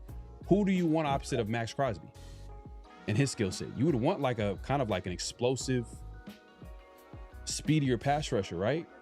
But yeah, ideally, right? And the Raiders tried, but swing and a miss. Like, I think they had it was a dude from I remember after the first attempt was, I think, Gus Bradley. That year with Gus Bradley, we had my guy that was in the league. I think he might be out the league now. I don't know if he's still playing. I'm not sure. I think so. I think a team brought him back last year. That was with the he was with the Jaguars. What's my guy's name? Well, that's when he started his career, with the Jaguars. Yeah, he was with the Jaguars. Yeah, he started his career with the Jaguars. Nigerian and then brother, I forgot yeah, dang, it's gonna mess me up. I can't remember. I can't think of his name right now. He had a weird name too. Yeah, that's why I didn't want to mess it up, man. Sometimes I be butchering names, so I'm trying to be better. But it could be a calling card, man. Just messing up people's names. Nah, I ain't trying to be that disrespectful. But Kuntz was supposed to be the guy. Yeah. And Kuntz, would you say he's an explosive guy, or more of a guy that's kind of bent? Like, he's more of a bendy. I don't know if I look at him as like, well, I guess compared to he has some explosiveness to him. But he's not like the crazy. He's not like crazy, like, super crazy explosive. But he's stronger than you think. Max talks about how strong he is and how good his one arm is, or his long arm is. So, and like you said, he has a really good bend around the edge. But yeah, he's not like the crazy twitchy guy. Yeah. And apparently Max was saying that he's strong. He's actually naturally stronger. Yeah. Like, he has a natural bull rush, like speed, I guess, I don't know, speed to power, I guess, type of rush, where Max doesn't have that in his repertoire or something like that. He doesn't go to it a lot like that. He's not naturally like a powerful dude. Like, guys that are powerful dudes like that we've seen in the past, like Khalil Mack. Was like, that was like his specialty. Yeah, oh, for sure. I mean, that was, he was, but you could look in his build and tell, like, okay, this is, this is kind of, we tried, I mean, we tried, Yannick Ngakoue. Yannick Ngakoue was their attempt at getting someone that complimented Max Crosby. And then and then they try to R&B. You Mr. R&B that had the song for Josh McDaniels. Man, and then they tried the defensive tackle that they lost last year. That's still not playing in the league. What did he do? That's gonna be a documentary one day. That's a 30 for 30 documentary, like, because he's still not in the league. Now, they said, Adam Schefter said he's got like 16 or 17 teams that are called and interested, and I don't know how true that is. Maybe it's his agent has a relationship with Adam Schefter. He's like, hey, no, I need you to put this out here for my client. Hey, I need you to do this for me. So, but the thing is, the way he worded that was like, as soon as he gets healthy, or something like this. I'm like, bro, you still not healthy? So the Raiders actually made the right decision. basically. Like they were telling him that this needs to be like, repaired now because it's whatever is going on is not supposed to happen. And he didn't want to do that, right? Wasn't that like the disagreement on how they wanted to go about his rehab or have surgery? And he didn't want to do that, and he's still not healthy. Yeah, they wanted him to have another surgery, I think, and he was like, "No, bro, I'm not about to have another surgery." Which is, look, I understand a person not wanting to have a surgery, but I get if he's still not back 100% healthy, then it's like, come on. Look. I respect the politically correct answer that you just gave right now. You know what I'm saying? Like, and I understand that you're playing devil's advocate too, or you're trying to see that side, and I get it. Like, if you don't want to do something to your body, you shouldn't have to do it if you don't feel comfortable with it. But I'm gonna come from a perspective of like, I just paid you a whole bunch of money, bro. You better get your ass out there. I'm like, hey, what's going on? Like, are you committed to playing with the Raiders? Like, are you committed to the team? But it is what it is. But I don't think I think that was like part of the reason why they left. But I think it was the stuff that was happening in the locker room. Something crazy. Man. If Adam Butler, he kind of busted him out. I think Adam Butler was the reason why, possibly. That's what everybody's saying. But he's the one that made that comment. Didn't he make that comment where he was like, he needs to get mental health? Some people, I'll just say this. I got no comment, but I'll just say like people just need to get mental health. Yeah, he's like, whatever you're going through in your life, whatever. Get help or whatever. He said something like that. Yeah. He said something to that effect. Yeah. But yeah, man, make sure to clock in, hit that like button, hit that subscribe button, hit that notification bell. Yeah, it was July. It was July. I'm telling, man. Was it July? Damn. Yeah, it was July. Yeah, July 24th. They always be having weird stuff like this, man. But yeah, it's all good. It's all good. But hey, that time. Personal foul, 69, offense. He was giving them the business. Man, we got flag on the play, man. If it's your first time joining us, flag on the play is anything we have an issue with in football, with the Raiders, anything going on. And Severe, we got a few things. We're gonna probably narrow it down today. We had a few flags on the play. But Severe, what we got? What's the first one? What's the first flag on the play? The first one, everybody knows Pharaoh's favorite coach in the league. Damn.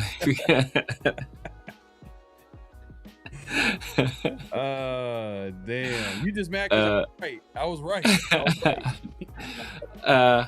Look, I'll say he had a very successful first year, but I think a lot of that had to do with Josh McDaniels as well. For sure, yeah. You got to put people around you that inspire. But that wasn't gonna happen here. He wasn't getting Josh over here. That's the thing. So defense was good too, though. Defense was really good too, but he wasn't getting Josh over here. So I think that's the thing. But obviously, and he didn't have a quarterback. And he didn't have a quarterback too. Obviously, everybody knows who we're talking about already. Pete Carroll. I don't understand that. It's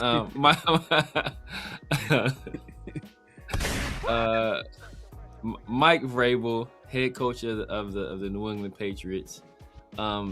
Married man, Mike Vrabel. Mike Vrabel, who before the year was talking about a code of conduct, how he wanted his players to conduct themselves. He had a whole speech about it. You can't wear hoodies, no headphones. A whole speech about personal conduct. Yeah. He was recently seen at a luxury hotel, poolside, with reporter Diana Rossini, who's also married, and they were caught in an intimate grasp, man, hugging each other, kicking it poolside, in all the with the swimming pool attire, just hella comfortable sunbathing. It was just like, what's going on here? Like, it just didn't look, from an optics standpoint, it didn't look good. I'm sure for their families. I don't know if something that we don't know. Maybe they're super cool like that. I don't know. To me, it didn't look right from that standpoint, but also like professionally too.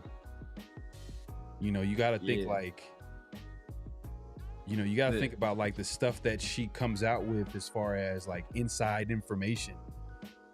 Now, like, where is it coming from now? Like, is there, you know, is Vrabel kind of influencing these decisions here, what you're saying? Or, you know, well, as it concerns the Raider fans, I know, you know, Diane Rossini has been chiming in on Raiders news this whole offseason. And she made a comment earlier in the offseason that, like, you know, I spoke to Max Crosby, paraphrasing here, and he would love to be a Patriot. And she took that and she made that like a whole thing in a report. And you see how close she is for Vrabel. It's like, damn, that's a conflict of interest. Like, did Vrabel tell you to say this? And it's kind of like, it makes you think a little bit. Like, I don't know. It was a bad look. Flag on a play on Athletic NFL insider Diana Rossini. Would you say it's a flag on a play on Vrabel? Yeah, flag on a play on all the way around. And then DJ, shout out to Justin DJ. He sent me a clip earlier where you know, there was like a radio spot where did you see it? No, I didn't see it, but no. Oh yeah, man, it was. I see. Yeah, she was getting inside information for sure. Yeah. But it's like, yeah, where the mom was talking, it was crazy. It was hilarious. I gotta send it to you on X, man. But it was a funny interview, man. That was also flag. The interview itself was flag on the play worthy. It was crazy. But I'll shoot it to you on X, man. Hilarious. All right, for sure. Yeah, shoot that to me. But yeah, no, flag on a play on Mike Vrabel. To me, most of all, Diana Rossini, because now does this I don't know, I don't want to say it ends her career, but like, this is kind of bad for her though.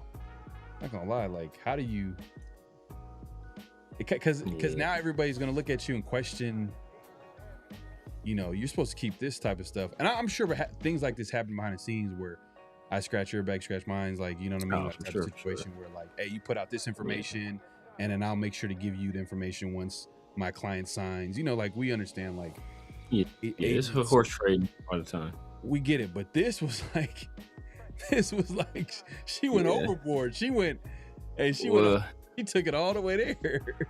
Man, we would never trust another story she has about the Patriots again. No, for sure. But then I hope she don't get Coach of the Year votes.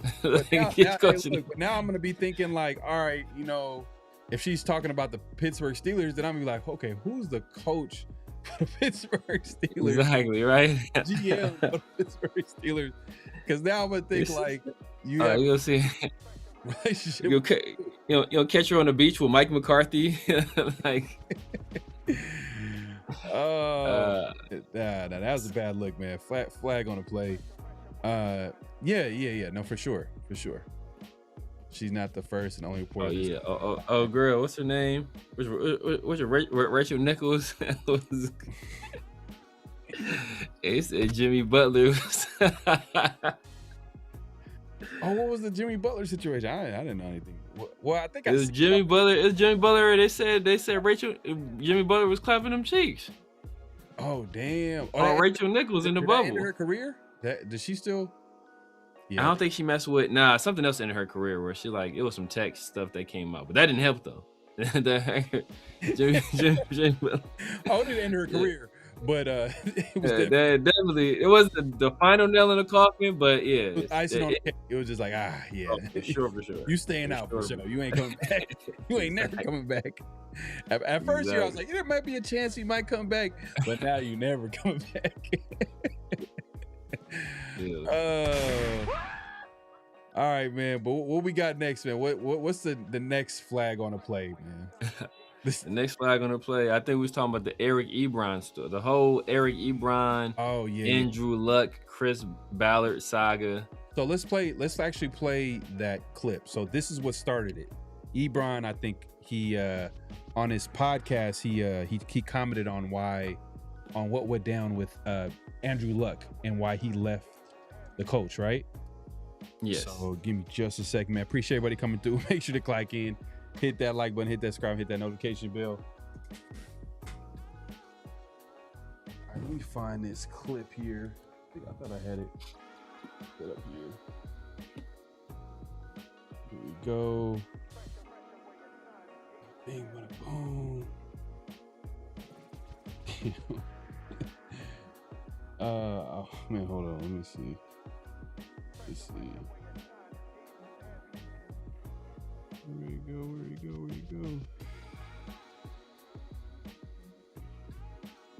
That's it. You sent it to me on X. Yeah, I did. Here we go. Andrew then decides that he's so tired of, he don't tell nobody this is the backstory. He's so tired of injury and he just doesn't want to do surgery. You know who the man is around there that gets on everybody's nerves? Big Draws over there behind that desk. He tells Andrew, this is word, bro. He tells Andrew, you're either playing this year or we're moving on.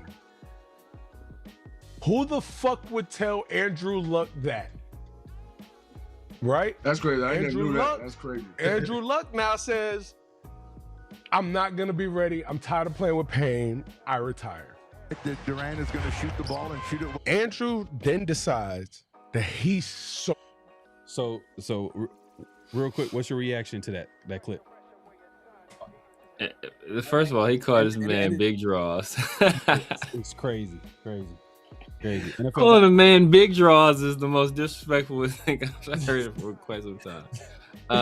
But yeah, like, it's insanity, bro. Like, if you pushed one of the best quarterback prospect, he was, top 10, top 5 quarterback at the time. Obviously, he was, he kept having injuries. So he ended up leaving the game young, especially in terms of quarterback years, and he left the game really young.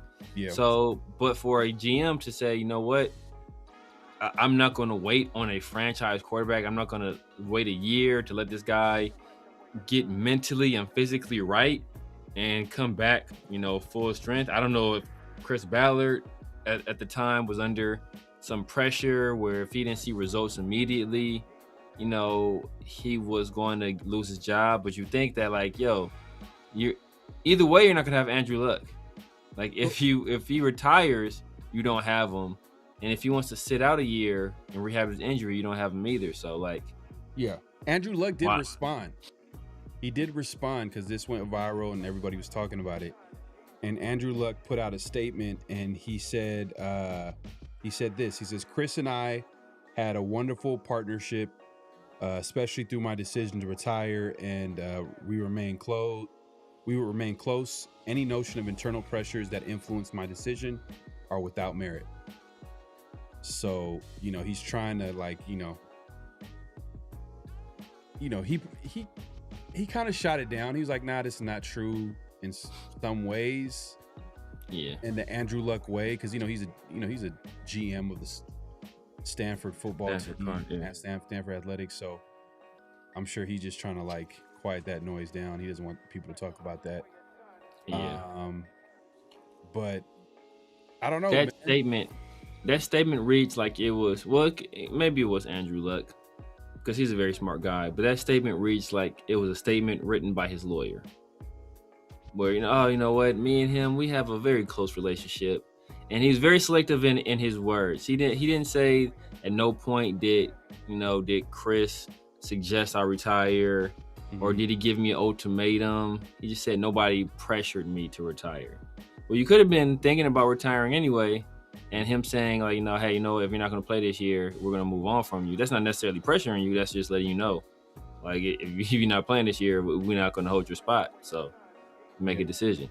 So, Yeah, I wonder. I would have to look into what Ebron, if Ebron responded to.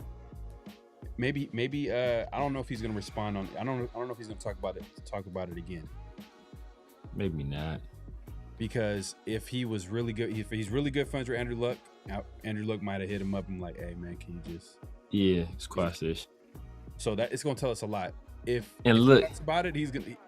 maybe we could say like maybe this Ebron like either telling the truth or Ebron is just trying to like get some attention and have something to talk about. But it's kind of a random.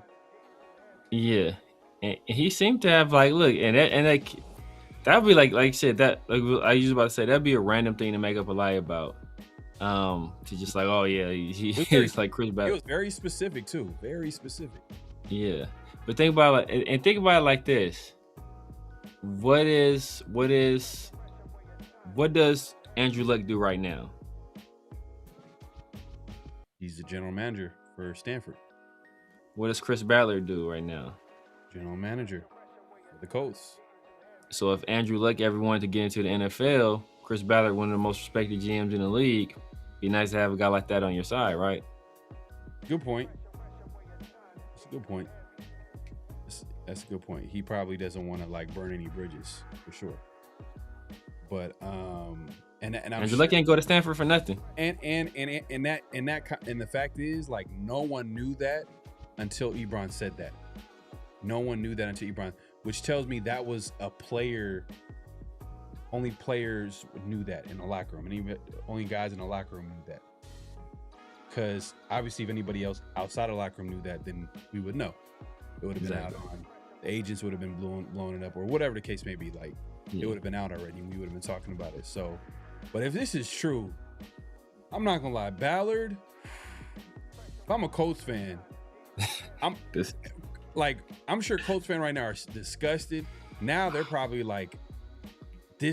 They probably feel like this might be true.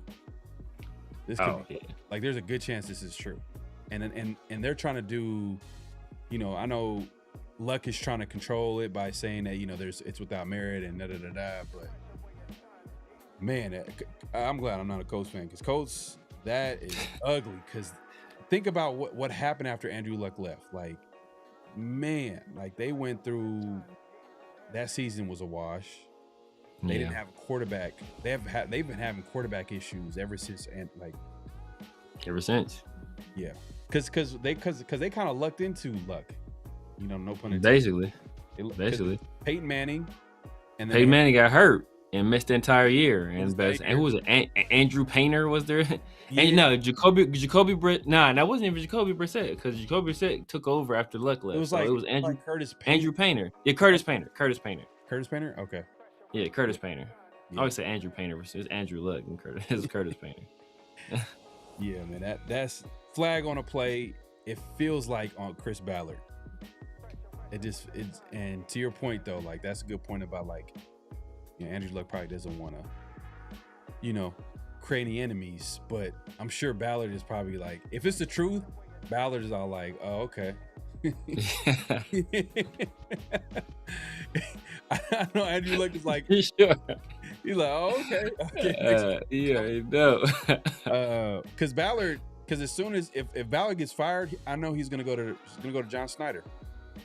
He's gonna go back there. But the thing is, though, GMs rarely get a second opportunity. Yes, because it's almost like, damn, like once you choose the team to work for, that's your opportunity, and it's like it's done. Yeah. Coaches can go back. They can be a coordinator, build up their reputation again, and then boom. Oh man, this guy. And there's been plenty of examples of guys that didn't work out the first time and they come back. Plenty. Have plenty. I mean, Bill Belichick, Pete Carroll. Can go on and on with a list of coaches that literally didn't have the same success they had in their second stop. Yeah. Or they didn't have the first stop like they did in their second stop. But yeah, definitely we'll call it a flag on a play, man. I feel like what Ebron was saying was like, it sounded like the truth to me. Like it was like, it was very specific, very specific. Are we done with the flags? Yeah, I think that was all of them. That's all of them. All right, man. Make sure to clock in, hit that like button, hit that subscribe, and hit that notification bell. We appreciate everybody coming through. We're not done. We got notable quotables. That's where we play quotes, we react to them, then we have a conversation about it. Let me go ahead and play. Go ahead and give the intro to the first quote. Yeah, which one you gonna do first? We're doing Kirk Cousins. Obviously, Kirk Cousins is one of our most notable free agent acquisitions this offseason. And not like there was a wealth of opportunities out there for him, but he had some other locations he could have gone to. Let's go with Robbie Leonard. And then Rob Leonard? We'll go Rob Leonard? Okay, for sure. Okay. Well, Rob Leonard, Raiders defensive coordinator Rob Leonard. He's a guy that's held a lot of different positions throughout his coaching career. I think he's coached linebackers before. Obviously, he was our D-line coach. But he spoke about the spot where he actually learned the most about coaching at, and it's interesting that the job he did that where he said he learned the most. A quality control spot grew me more to be a coordinator than it did a position coach. Okay. You learn schematics because you're servicing the coordinator more than you're. Yeah. That's how I call it. I'm doing his call sheet. I'm doing putting together the playbook. I'm helping each coach with adjustments. Hey, is that right here? No, we're going to do it like this. You're like the gopher I was like the gopher for Spags. Right. And then what's funny is when you become a position coach, I tell this to my staff, you got to go back in your mind of, I got to be an expert at this. You know what I mean? When I was a first-year position coach, I couldn't let go of the role I had of like the coordinator and just pour into the unit that I had. Like, what would I change my first year being a position coach outside backers? Too much scheme, not enough fundamental focus. Focus on the fundamentals to get your players better. Yeah, right. Do you see what I mean? That's ultimately what it's about as a position guy. That's what you're responsible for. Yeah, right. So you just, as long as that, and it's good to be, it's fine to be at both, but the best position coaches I've been around are developing players, know those guys inside and out, how they move, what they do best, what they're doing inside, outside the building. Right. They're just pouring into their guys, and that's priority over how smart I am or what. Hey man, that's the new defensive coordinator for the Las Vegas Raiders, who was a position coach for a few years under Patrick Graham, and was he? It was only under Patrick Graham, I believe. For us, yeah. But he's been one of the guys that they brought back under three coaching staffs. Yeah. You know, if you think about it. Yeah, this is third one. You know what I mean? Patrick Graham came back, and then obviously, you know, D-line coach Rob Leonard came back as well. And I mean, I guess it says a lot, but also, I don't know if they had their pick of the litter, for being honest. Like at that stage of the coaching hiring cycle, because you know obviously they had to wait to the Super Bowl to hire Clint Kubiak, so it wasn't like all the guys. But if we're being honest, Kubiak probably would have went after guys that he had probably a relationship with. So this is probably the only guy that you can say that he really didn't have a relationship with. Because a lot of people, when they were trying to connect the dots with defense coordinator, they're thinking like, oh, okay, it was Saints. You know, they're thinking Seattle first and foremost. They're like, oh, they might grab an assistant coach from there, but it happened to be Rob Leonard. He hit, you know, he impressed him. He's defensive line coach. Yeah. It's going to be interesting to see if he's going to be able to make that jump. It seemed like he got something to him. Like it seemed like there might be something there, but you know, being a defensive coordinator is different from being a defensive line coach. Do you think? What do you expect to see from him year one? Like, I know that they're going to a 3-4. That's their base defense. Most likely they're going to be like in nickel most of the time. Like, but what type of defense do you feel like? You know, is it going to be similar to what we've seen in years past? Like pre Pete Carroll, let's say under Patrick Graham, when they were running that type of defense, where it's like a multiple type of front, where, you know, is he going to be a guy that it's kind of hard to see what is he going to do on defense. Is he going to blitz a lot? We don't know. We really don't know what he's going to do. We know as a defensive line coach, he used to manufacture a lot of stunts. Yeah. I wonder what type of defense, like is he going to be super aggressive? You know, is it going to be a bend but don't break defense? Like, yeah. I wonder what we're going to see year one with Rob Leonard, and hopefully he won't be a scapegoat year one. Do you think this defense has enough talent for it to be at least decent this year? Define decent. Decent. All right. Last year they're probably close to the bottom 5 defense, right? Yeah. Like maybe 25 and under, 25 and lower. Yeah. If they can get top 20 or somewhere close to it, or just make an improvement from last year. Top 20. I think they can go top 20. Because I think there's an opportunity this draft where they can actually they can get some talent. Specifically, if they can get, they're not going to be able to address everything. But exactly. I'm thinking what they need to address, hopefully, is if they can get a big nose tackle and a safety, a rangy free safety. And this is that's another thing too. This draft, this is a deep safety class, and it's a safety class that got everything that you want. It got every type of safety. It got safety range. I really don't. To be honest with you, I don't really care about box safeties. Box safeties. Yeah, we I'm not worried about it either. They're a dime a dozen. Like we got a couple of them on the roster. We got box safeties on the roster. Like we got it. What the Raiders need is a free safety, a true free safety with range, a ball hawk, because we don't really have that on our defense. It got a ball hawk, a playmaker, and everything else will be a plus. Yeah, there's a couple of guys. I don't know who if you've been looking into free safety, if that's a position group you've been looking into. Not a whole lot. That's the next position. I started out with wide receiver, running back. I started with quarterbacks, then wide receiver, running back. Now I'm probably gonna move a few nose tackles, a few offensive linemen, but now I'm going to start moving into the more defensive side of the ball, leading up to the draft. But I mean, I would say, I think we can go top 20. But the thing is, that is because as bad as our defense was, remember there were times where teams purposely didn't score on us because they were beating us so badly. So as bad as it was, it could have been worse. Yeah. Like teams pulled players, teams punted. Another team punted from their own 30. Teams were kneeling the ball before the 2-minute warning twice in the season. So as bad as it was, it could have been worse. So I look at that and I say, if we can go top 20, I think that's a massive improvement.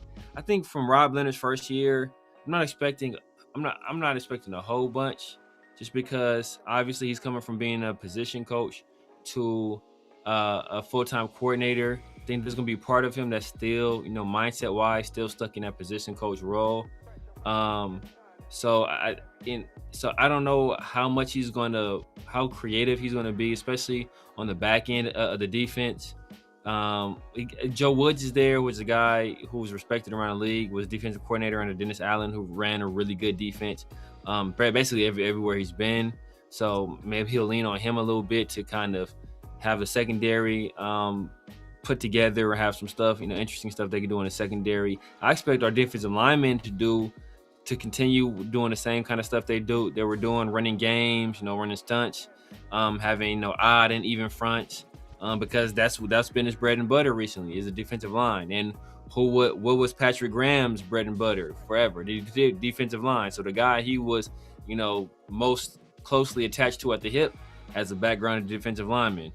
The past few years, he's worked as a defensive line coach. So now coming up as a defensive coordinator, I expect him to do a lot of stuff with the defensive line, not have a lot to do with, or not be too creative with those other position groups year one. I think as he grows and expands in the role, I think obviously his knowledge and his comfortability doing more things, more exotic stuff with those other units, I think that grows as well for the time being. I don't know how complex we'll be defensively.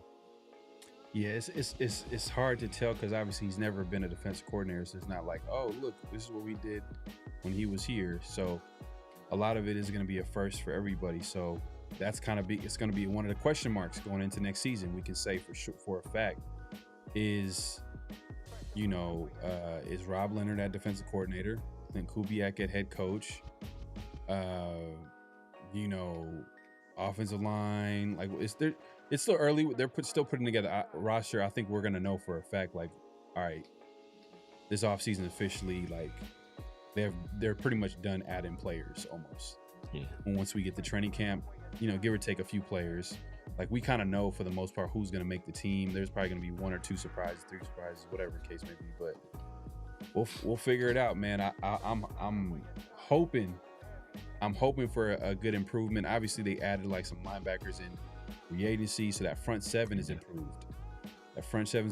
So that's why I'm like, all I'm looking for is for players. They're not going to be able to address everything in this offseason, but I'm just looking for pieces that can create a domino effect. Yeah. I think a nose tackle would create a domino effect, and I feel like a free safety would create a domino effect. Do we need more depth? For sure. Do we need maybe an upgrade at other positions that are currently technically filled? Yes, but I think free safety, which is a deep class, they got to grab one. They got to get one. And I think, and they're picking early in the second round, there's a good chance that there could be someone there, or they can trade down and, hey, take a Lee Hunter, or trade down and take a guy that I think I took Darrell Jackson in the third. And there's some other guys. I know you like Big Citrus. So that's Iowa State. Yeah, that's another nose tackle. So, and there's other guys too. There's Corleone from Cincinnati. He could be had like probably in the 4th, 5th round area, but he's more of like straight up nose tackle, nothing special. Not if he's gonna give you any like pass rush upside like some of the other guys, like Cade McDonald has that, like where it's like, man, he's a freak. You know what I mean? Like, exactly. Yeah.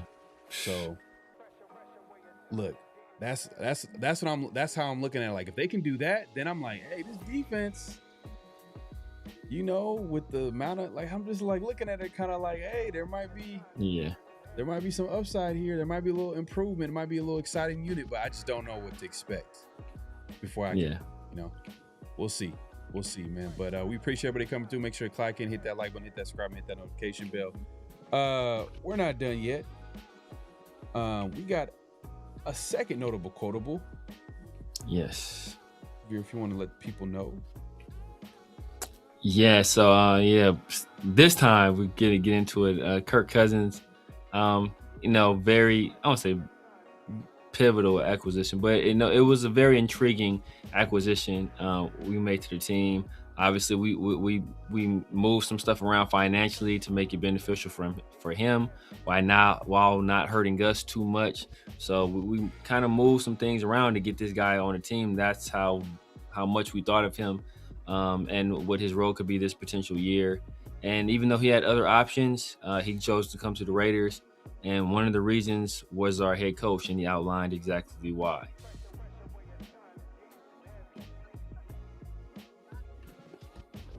Oh, my bad. Released by the Falcons, you had a lot of teams that needed your services in the NFL. Why the Raiders? Well, I think it starts with the coaching staff. I was really excited about being able to work with coaches I worked with before, and Clint Kubiak, Rick Dennison, Andrew Janocko. I had some of my best years playing with them, and coaching is a big deal in this league. So getting around them excited me. And I think it's a team that has a lot of young talent, and that they're building something special, and I want to be a part of that. You're right. You did have some good years there. You went to 2 Pro Bowls there in Minnesota with them. What did their offenses ask you to do that you like doing and you do well? Yeah, I think they have a great identity as they teach it starting here in the spring. I think they do a good job of laying the foundation, having the run game and the pass game marry together, using the play action game well, using the keeper bootleg game well. I think they do a phenomenal job coaching the outside zone run scheme, and it just makes sense to me. And I think it fits my skill set as a quarterback, and I think we can use those banked reps that we've had together for years that can help us kind of hit the ground running here in practice this spring. And I'm excited to get in the meeting room and get on the grass. You talk about the outside zone run scheme, and you look at a young running back like Ashton Genty. You look at the offensive line that has Tyler Lindenbaum now there. What makes you, that's not easy to do. You have to have the right personnel. Yep. What is it about those guys, especially Ashton, that makes you think that he could have a lot of success in that scheme? Well, a lot of backs have had success, and sometimes it takes some reps to kind of learn how to read that cut with the outside zone. And so, but we're also going to do what he does well. So we're not going to try to fit a square peg in a round hole. If Ashton has a certain run he's most comfortable with, I would expect us to lean in that direction. But Tyler at center is going to be a great fit. I think he's a stud, pass blocker, run blocker. I think he's going to fit great in the scheme. So I can't wait to start taking snaps from him and kind of build it right there up the middle with Tyler and Ashton. So there you have it. That's Kirk Cousins, highlights from the interview he had with Raiders media, talking about what brought him to Vegas. Also, the type of offense that he feel like he fits in Vegas, and then obviously the big acquisition in Tyler Lindenbaum, and obviously number 6 overall pick from last year's draft, Ashton Jeanty, and how he would fit in this outside zone scheme, which Kirk Cousins played for before. He pointed out that he's had success in this offense. His best years were in this type of offense when he was with Minnesota. And I believe Clint Kubiak was there as well. I think he pointed out that Clint Kubiak was there. So for him, it made 100%. It made sense. Which, when you put in that from that perspective, I think this signing him was actually a great move from that perspective. Like a guy that knows the offense. You got a young incoming QB who doesn't know the offense nearly as much as a Kirk Cousins or have any success with it. You're learning from a guy that has experience playing in it, and you can take your time getting. Now, for me, when he was talking about Ashton Jeanty and how he would fit in this offense,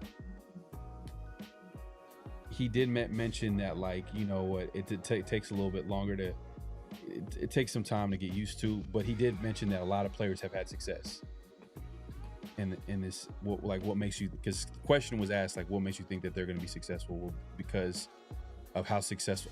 There's been plenty of running backs that have been successful, but he pointed out that there's also a time where they need to get used to playing in that outside zone where they need to find where they need to cut this, that, and a third.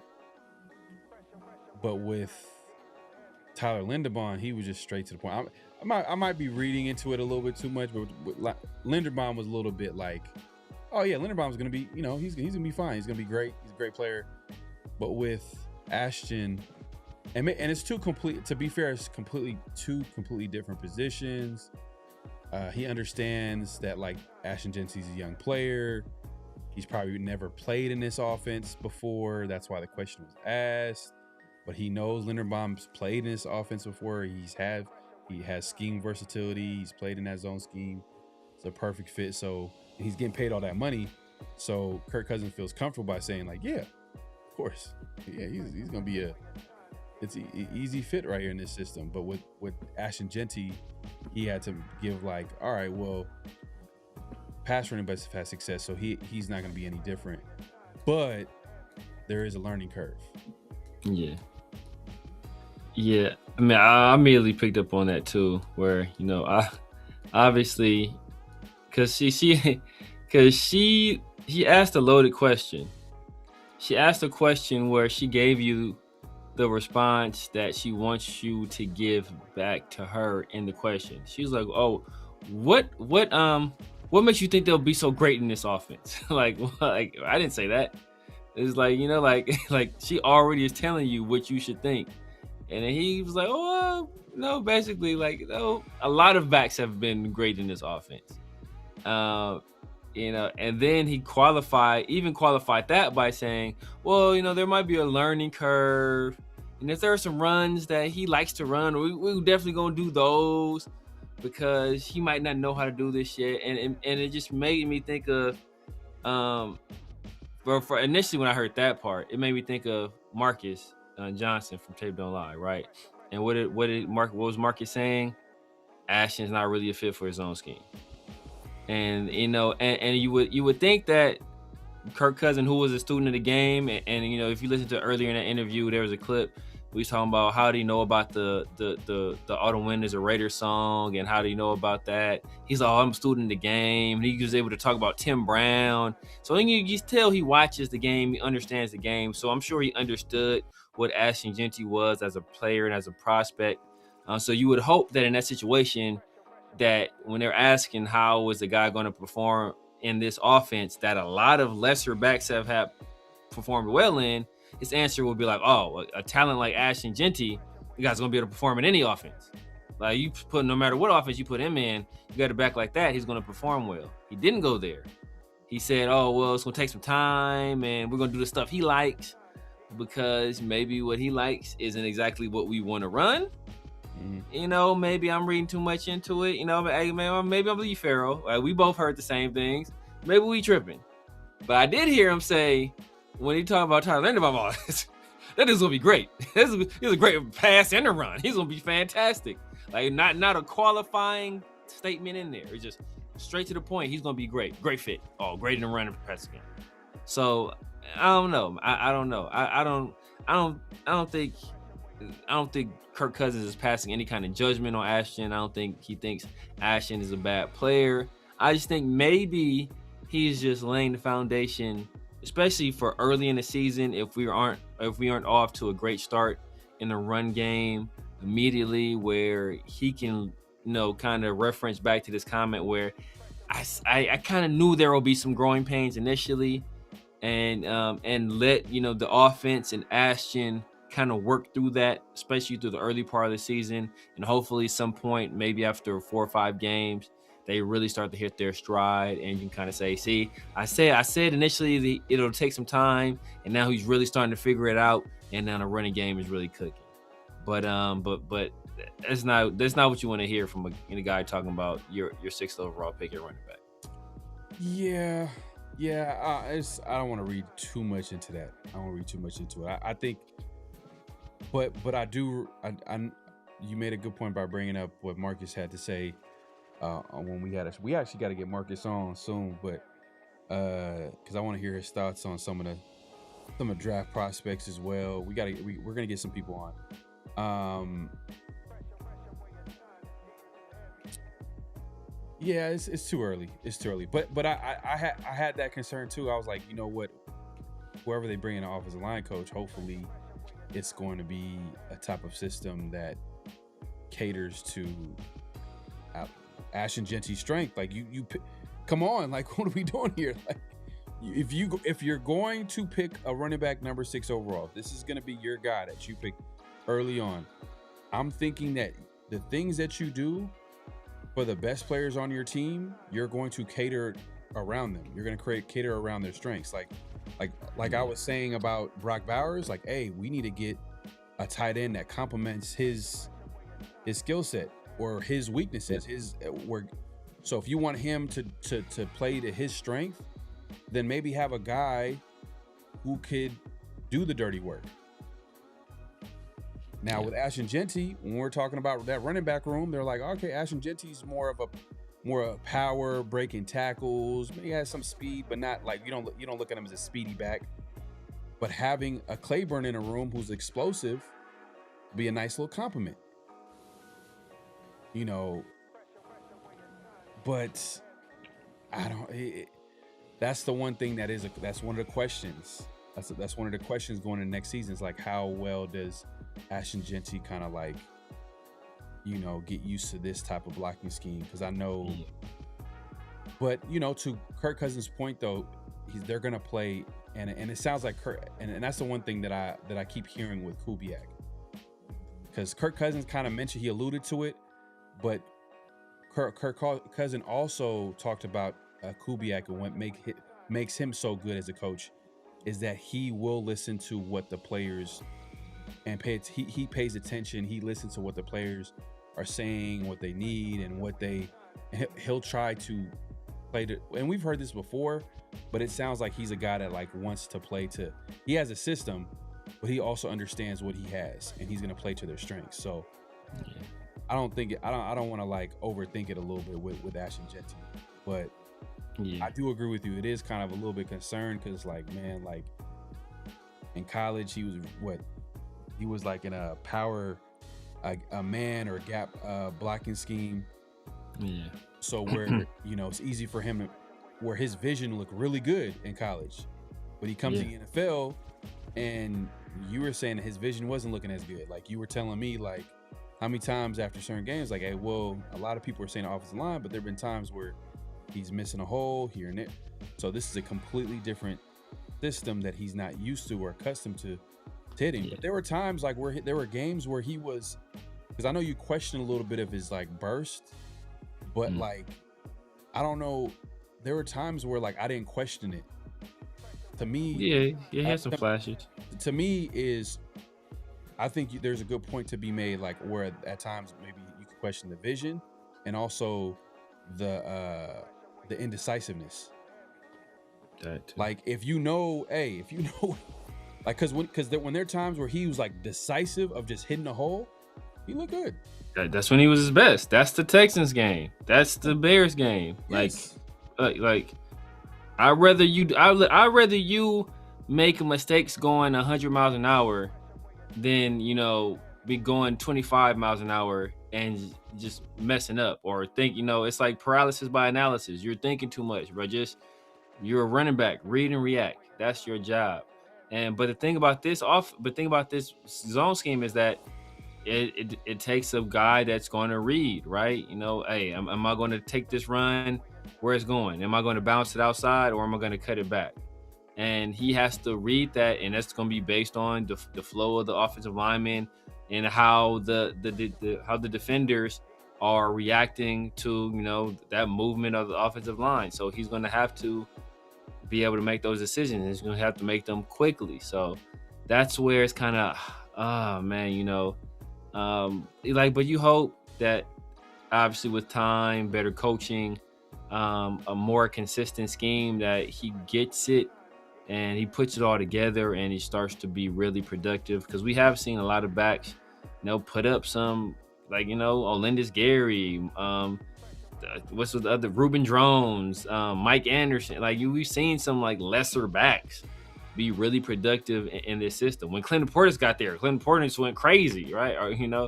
So we've seen some guys that, and he was a very talented player, but we've seen guys from all kind of, tiers in terms of talent have success in this kind of scheme. So, Ashton Jeanty was touted as one of the best prospects we've seen at running back in a long time. So the hope is, since Bijan, basically, the hope is that a guy like that is able to put it all together with the offensive coach like Kubiak and then have success. But I will say this. We talked about, a head coach's job or a guy that's in charge of the offense. His number one job is to put players in the best position to succeed. And, this isn't necessarily, might not necessarily be in conflict, but Ashton Jeanty is no longer the best player on his team or the hope, going forward. Brock Bowers is no longer the hope going forward. There is one hope for this team going forward. And ultimately, all the decisions will be made to benefit this player's success. And that's the guy that's staying home in Miami, come April 23rd. True. No, that's facts. 100%. Yeah, no, 100%. I get it. But I'm also thinking about this is why, man, and why do and this happens a lot in the NFL where I feel like sometimes they force things and they believe in their coaching. They can coach it up. Sometimes they're like, hey, I need to get a player that fits my system. Sometimes they do that, but sometimes they get players who are like, oh, well, we can coach him up. Yeah. We can coach him up. And I think that's what they did with Ashton Jeanty was like, hey, yeah, he played in a gap, power, man scheme, gap scheme, or whatever the case may be in college, but he could play in his zone. Yeah. You know what I mean? He's the guy that transcends it. And I'm not saying that he's not gonna play well. I think he's gonna be I think he's gonna be fine. I think he's gonna be fine. It's I think it was too. It's just that forget Ashton Genty. They do this with a lot of players. Exactly. They do this with a lot of players where they're like, they look at the traits, but they don't look at like, hey, has he ever been in this offense? What type of routes does he run? Like, and that's why probably we should stay away from Tennessee receivers. Yeah, man. Like, they've never, like, those are guys that you like, man, like 5th round and later. Yeah. Chris Brazel's so good though, man. That's why it's like, man, it's like he's so good, but he like, I can't do it, man. Fool me once, shame on you. Fool me twice, shame on me. What's his route tree though? His route tree is that's the thing. Like, but you see the movement skills, and you say like he can do it, but it's like, man, has he been asked to do it at a high enough level? And that's the thing, and that's where you get into trouble, because at Boise, you see Ashton's vision. It's like, bro, this dude got eyes in the back of his head. Like, this dude is like, man, if we get this dude in this system, we're going to destroy. And it don't necessarily, it hasn't translated thus far. We don't know what it's going to look like. Obviously he's a rookie. He needs to get acclimated, but so did you project too much? Did you put too much, trust in what you saw him do? In a different scheme at a lower level of competition, like was that the case here? And that could be a cautionary tale. Could you be doing that same thing with a guy like Chris Brazel, where it's like, we see the movement skills, we think he can run routes. If we put him in our system, we look how the guy moves, look how fluid he is. I think he can do it. And then get up here, and he don't know what the hell he's doing. Then you're like, late Al Davis used to do that a lot. To the detriment of the team. He used to do that a lot, where it was like, bro, you're just doing it because he's fast. Yeah. Like everybody, it was almost like a running joke. Like, whoever the fastest player on there, like everybody was like, oh yeah, the Raiders would definitely be a candidate to draft this guy. He's the fastest player. Whether it's the fastest corner, fastest receiver, fastest whatever, Raiders were connected to them just because of that. You know what I mean? And that's like, I don't know, but it is what it is. Shout out to D Menace again, man, for the super chat. D Menace, man, appreciate it, brother. He says Raiders. I got you, bro. Appreciate you. Earlier, Raider Legion says Bud Clark. So when I was talking about free safety, that's a good one. Yeah. TCU, Ball Hawk. Yeah. I like that one. Yeah. I like Traydon Stukes from Arizona. Yeah. He's listed as corner, but like I think he's gonna play free safety. Like he's one of those guys. Like so the thing is, the Raiders can get a good safety where it's not just a guy that will have range and play the deep part of the field, but they can get a guy that can also come down and tackle, can also play the slot, has some cover man skills. They can get one of those guys. Traydon Stukes is one of those guys. He's a free safety guy. He got range. He can play some, he's listed at corner, so he got some coverage ability. Exactly. And he's athletic. The only thing about him, he's 24 years old. Oh, yeah. He's older, but he's a dog, though.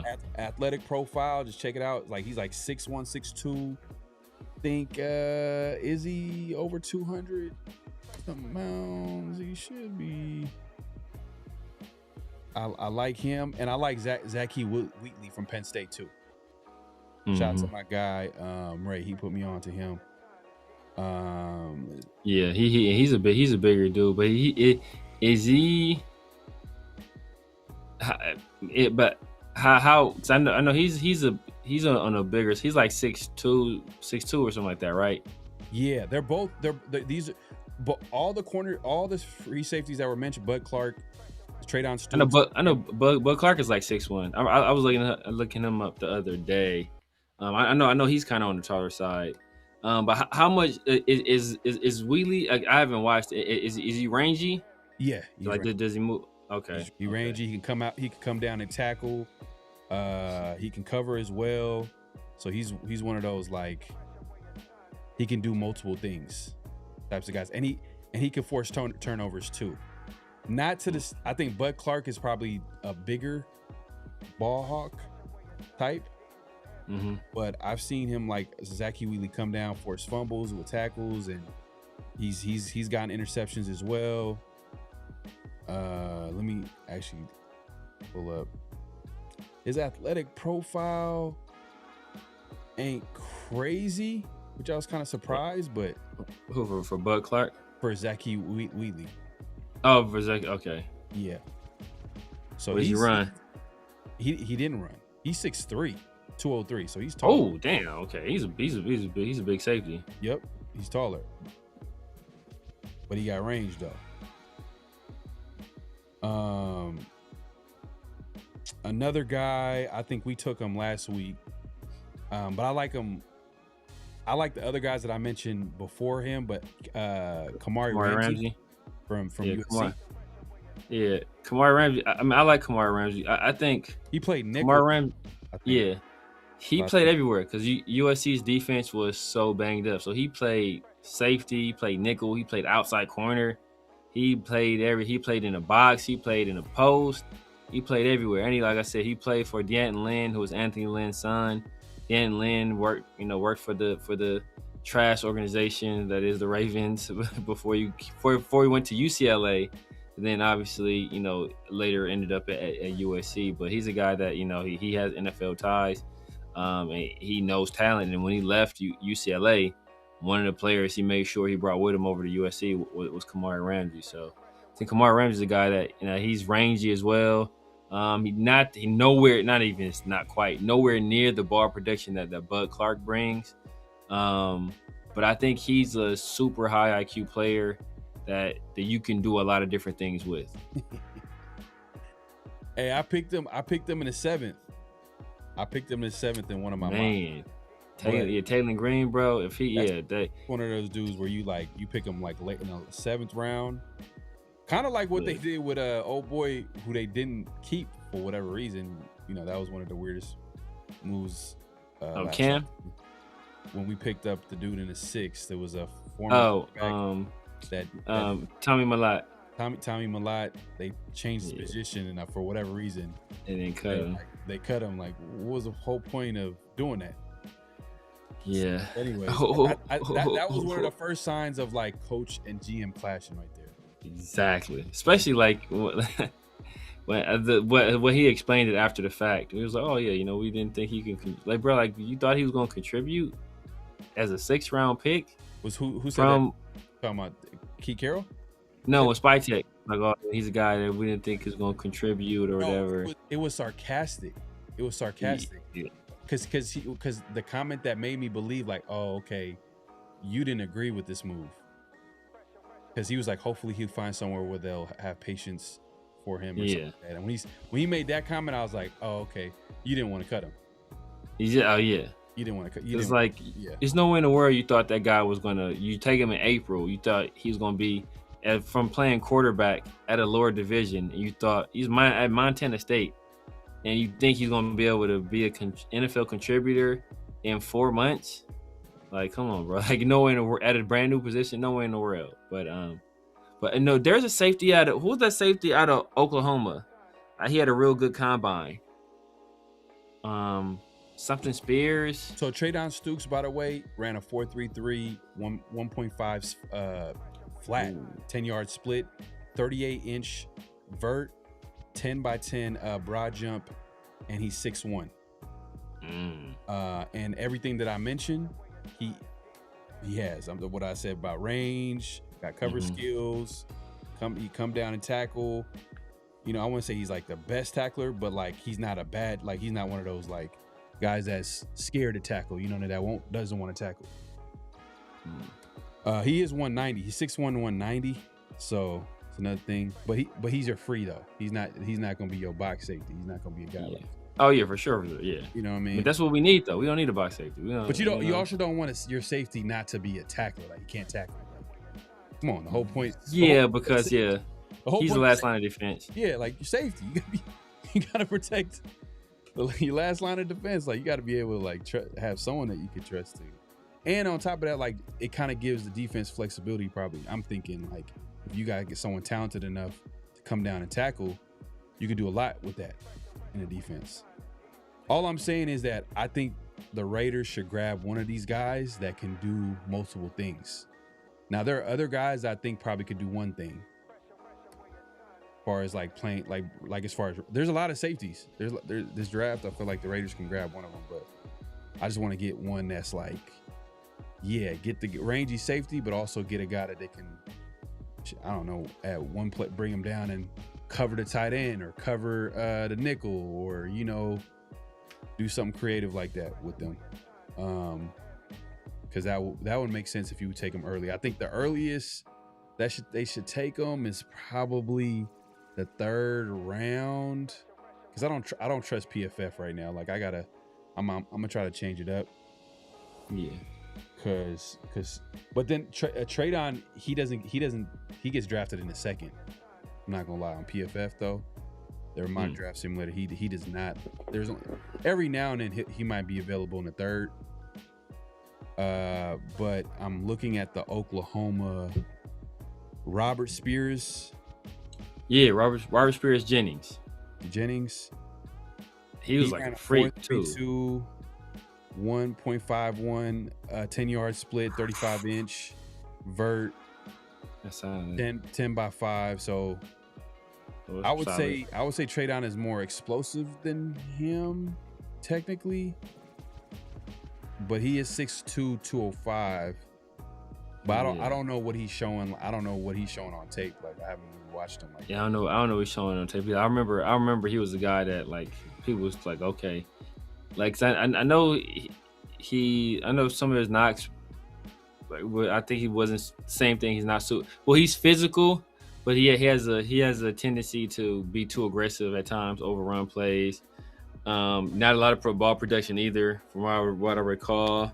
The guy with the most ball production at safety is Bud Clark, like by a mile. Bud Clark and another guy that has ball protection, but I don't think he's a rangy free safety like that. Is the safety from LSU? AJ Halsey. Yeah, he's gonna go higher too. He's gonna probably be like, but he might be the 3rd safety off the board. But he's a ball hawk though. Yeah, because it's gonna be Caleb, it's gonna be Thielemann, and then it's gonna be Halsey probably. He's like that safety that you play like in a too high. Yeah, you know what I mean. Or you have him roaming around, like you know what I mean, like a little more freedom.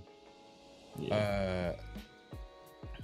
I wonder if like one of those strong, because I'm not gonna lie, the strong safeties are good too. Like they can do multiple things. Like they can. I'm cool off of them. you don't like the Warrens, of the world. Obviously Caleb Downs is they're not gonna be there. Warren's is gonna go in the 1st. Yeah, probably.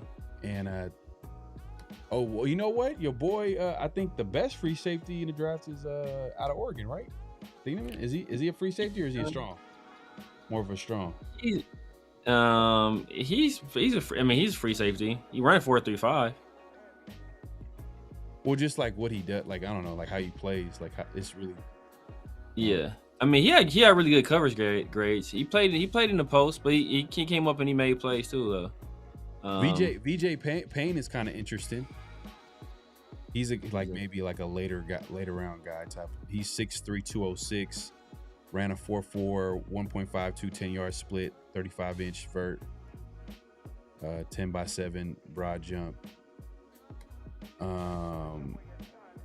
He is saying, you know, he's an interesting guy. I don't know if that's another option like that they can get later in the later rounds. There's a lot of safeties, bro. Yeah, there's a lot of safeties. Like another safety gonna go early. You peep their athletic profile, bro. Like it's like 6'2", 6'1". You know, like big safeties that can run. That got some athleticism, you know what I mean? So oh boy, we was talking about I forget his name. From the same school as Quinyon. What's my guy's name? What do you think of Emmanuel McNeil Warren? Yeah. I think he measured like 6'4" or something like that. Something crazy. Let's see. So he's 6'3.5". Who? Mayo McNeil Warren? 201. He ran a 4.52. 4.52, 1.58, 10-yard split, 35.5-inch vert. But with him though, it's like when you watch him, it's like he a dog. Yeah, he a dog for sure. Yeah. And then Thieneman is damn. He ran like a 4.3 or something, right? Then he had 4.35, something like that. 1.52 10-yard split, 41-inch vert. Yeah. 10.5 broad jump, and he's 6 foot 201, and like but he's going in the first. I'm not even looking at these guys. He's going in the first for sure. Yeah, he's going in the first for sure. Yeah, Warren, Thieneman, and Caleb Downs for sure going in the first. Trey Down's probably going to go in a second. Yeah, Emmanuel McNeil Warren. But maybe his age, if he's Trey Down Stokes, his age might drop him to the third. Like he's 24. I don't think it'll drop to the third though. Because right now it's a lot of guys we're still in that. First of all, we're still in that COVID era where players have the extra year eligibility. And then, anybody that's involved in athletics know that a lot of parents are doing it where they'll hold their kids back, or they'll have them go to like a prep school for a year before they go to college. So they'll do stuff like that to try to boost their stock, or have them like be older and play against younger people. These parents be strategic, bro, with this stuff. So I guess you're gonna see some older prospects because of all those factors. So you can't hold it too much against him. If he can play, he can play. But yeah, I don't think that's gonna drop him out of the second. I still think he probably goes second. Yeah. Emmanuel McNeil Warren, maybe late first, early second. Because for sure in the first, it's going to be Caleb, Thieneman, and Halsey, I think. Emmanuel McNeil Warren is borderline. And then you start getting into the Stooks and the Ramseys and the other guys. Bud Clark, probably in that same range. So all those guys are probably grouped together. Yeah, but Bud Clark, I wouldn't be mad at that, man. That would be nice, bro. It's been because he come with the ball skills.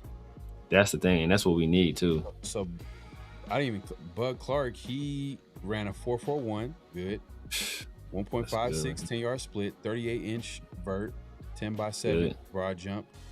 He's 6'1", 188 though. Oh, he's kind of light there, but he a ball hawk though. Yeah, that's the thing. Like that's what you're not really looking for run support. Yeah, but You want it. You would have what? Look, as long as he can tackle, he ain't got to be like an enforcer. As long as he can get the guy to the ground, that's cool. NFL.com is comparing him to Kirby Joseph. Kirby. I think Kirby Joseph with the Lions, which would be pretty good. As long as it's not Carl Joseph. That was the first thing he thought about was Carl Joseph.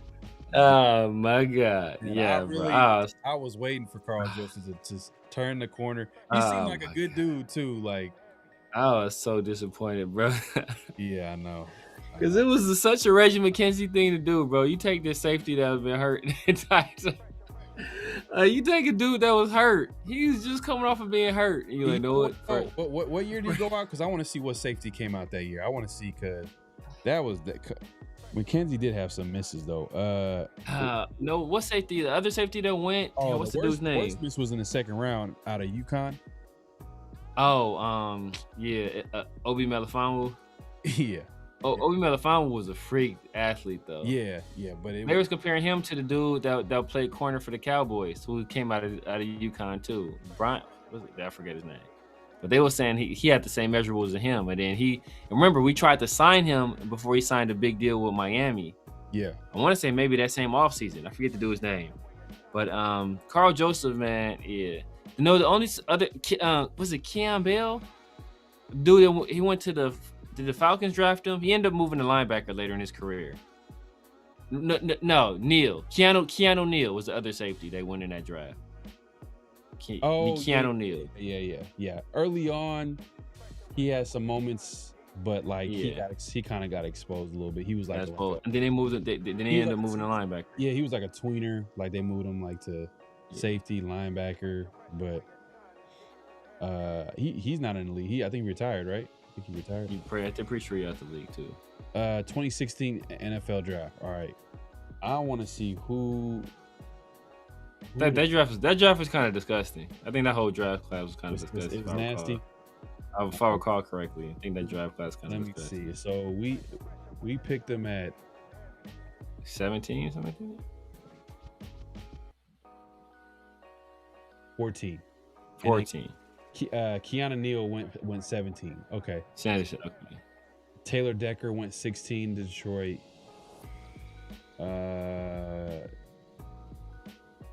Damn. Oh, this is pretty bad.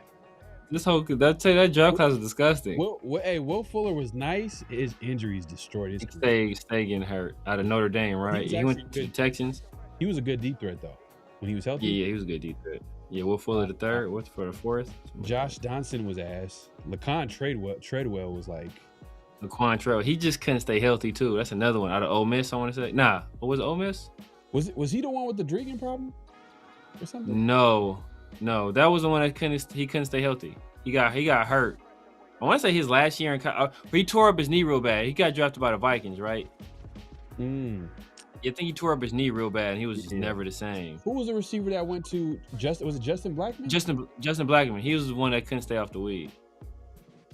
Him and Josh Gordon. Now Laquan Treadwell, I want to say Laquan Treadwell tore up his knee like the last game of college. Josh Gordon had like the craziest 4-game. Bro, he had crazy seat, bro. Yeah. If Josh Gordon played now, he'd be serving because they not as strict right now about that stuff. Oh, Kenny Clark got drafted 2016. Damn. Kenny Clark out of UCLA. Yeah, was it 2016? Yeah, by the Packers. Damn. So he's been in the league for 10 years. Yep. So he played for the Cowboys now, right? Yep. Now for the Cowboys, yeah. Oh yeah, this is a ugly. No. Yeah, for the Cowboys now. Yeah, for the Cowboys. This is part of Micah trade. Yeah, this is a pretty this is an ugly draft. This is the Jared Goff number one draft. The Jared Goff Carson Wentz draft. Yeah, that whole draft was pretty disgusting. Joey Bosa was he was talented though. Stayed hurt. Ezekiel Elliott went to Dallas. Jalen Ramsey went 5. Okay. Jalen Ramsey, probably the best player. DeForest Buckner, that's a great pick right there. DeForest Buckner. Jalen Ramsey, out of Oregon. Yeah, Jalen Ramsey. Two guys.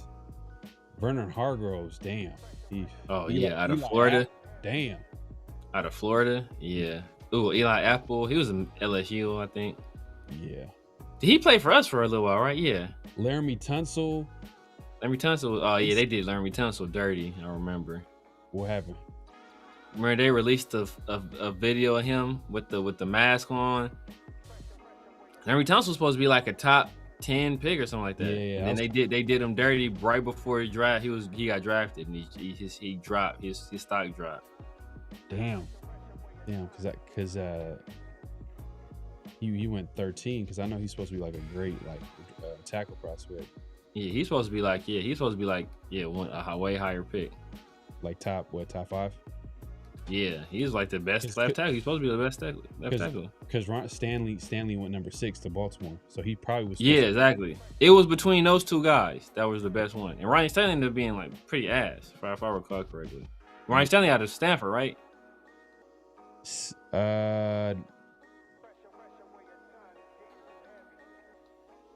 it say? Oh, Notre Dame. There you go. Notre Dame. Yeah, this is pretty. After Carl Joseph, it's pretty ugly. Corey Coleman, Keon. He's Baylor. Corey Coleman is out of Baylor, right? Ryan Kelly was he? I think he was good. Ryan Kelly was good. Ryan Kelly's running back? No, center. Center. Oh yeah, no, he was pretty good. He was good. He was that Notre Dame too? He was Notre Dame. Darren Lee. This is the Darren Lee draft. Damn. his situation is ugly. Yeah. Shaq Lawson, Will Fuller, Josh Johnson. Yeah, Artie Burns. Paxton Lynch went to Denver at 26. Yeah, Paxton Lynch too. He's Ole Miss too, right? Yes, he did. Yeah, Paxton Lynch like 6'7". I think he was one of. He went to Memphis. Memphis. Okay, yeah, he was like 6'7". There's the other guy. Who was the other guy that was a tall quarterback? Tall quarterback. Another tall quarterback. I forget his name. But yeah, Paxton Lynch like 6'7", I think. He was a bum. Yeah. Who's the other guy? No, it's not Brock Osweiler. Damn. Mike Mitchell. That was terrible. Mike second Mitchell round. that was Al Davis special right there, I think. Al Davis, bro. Al Davis special. Did he go in the second? He went. Yeah, Mike Mitchell. He wasn't that draft. He wasn't this draft. This is Al Davis. Yeah, so it was before McKenzie. But if you haven't already, make sure to clock in. Hit that like button, hit that subscribe, hit that notification bell.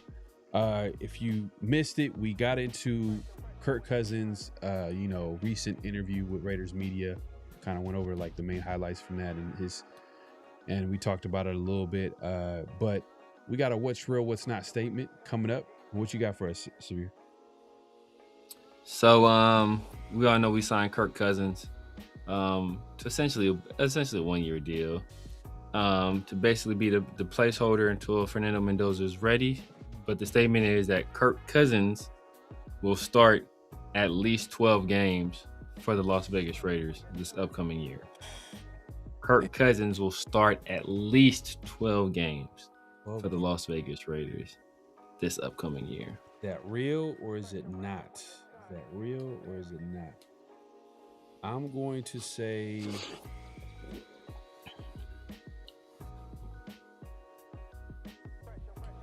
damn it. Cause I'm conflicted because I think Tom Brady, I think he wants to sit Mendoza. He has everybody in that building on the same page. But I'm gonna say not real though.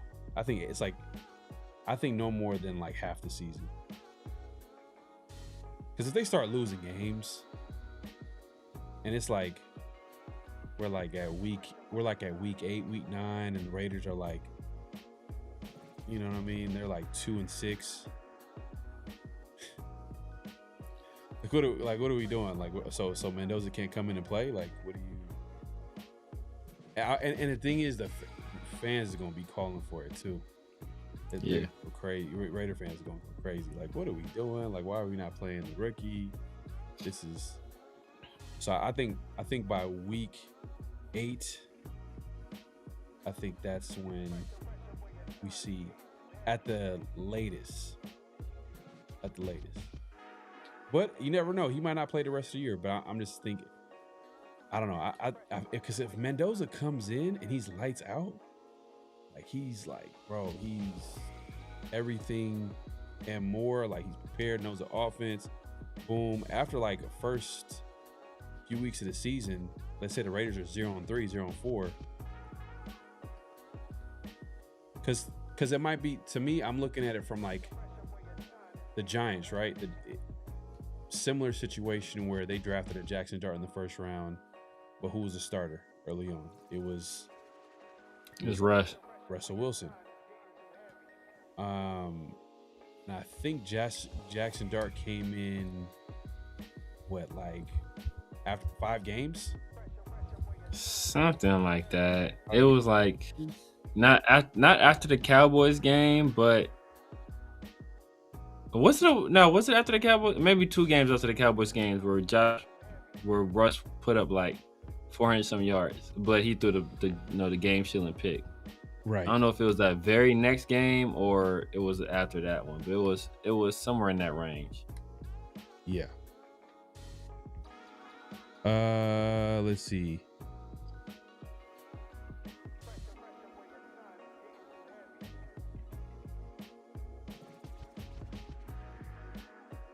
So, okay. Oh, damn. that didn't last long.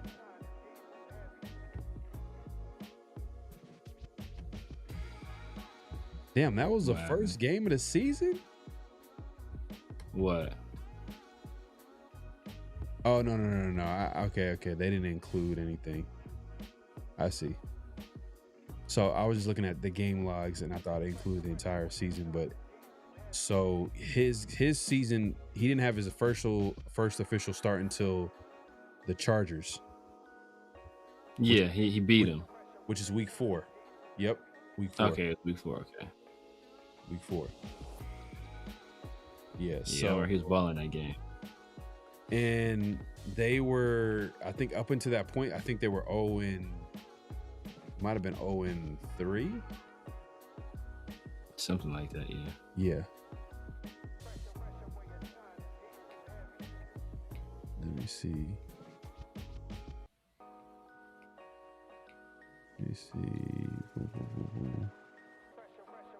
Yeah. Yep. Yeah, they went 0-3 before Jackson Dart. So if the Raiders go ahead and start the season kind of 0-3, 0-4, Mendoza might come out. So I'm gonna say not real. Not real. What's your take? There's a lot of variables that go into it. Obviously, if we're just so bad, they might just say, "Let's might as well get the young guy some snaps under his belt." Obviously, there's always the risk of injury where a guy like Kirk Cousins is a little bit older. But I'm gonna say real. I think Kirk Cousins plays the whole season. Barring something's crazy happening, I think he plays the whole season. I think I believe there might have been some assurances to him that, hey, we're going to let you play the season out. We're not going to, yank you the first opportunity we get. We're gonna let you, go out there, audition, and see what you can do. If you can earn a spot on another team next year, then you go ahead and do that. Obviously, we're going to be transitioning to Mendoza at that point. So I think that was the kind of the grand bargain made between the two parties, and that's part of why Kirk Cousins ended up here. And as you alluded to before, Tom Brady said he wants the young guys to sit. Kubiak said he wants the young guys to sit. We've seen other franchises do it where there was like, look, almost no matter how bad it gets, we'll let the young guy just sit his entire rookie year, and then he'll come out here a year or two, and then that's when he'll be the person that takes over the reins of the quarterback position. So ideally, I think in a perfect world, that's what the Raiders want, and I don't think Kubiak and Spytek, I think they operate a little bit differently than Mark Davis or Al Davis or maybe Antonio Pierce or someone, where if the fan sentiment, if they're pushing for a guy to start, where maybe the fans will be able to pressure them into Mendoza starting.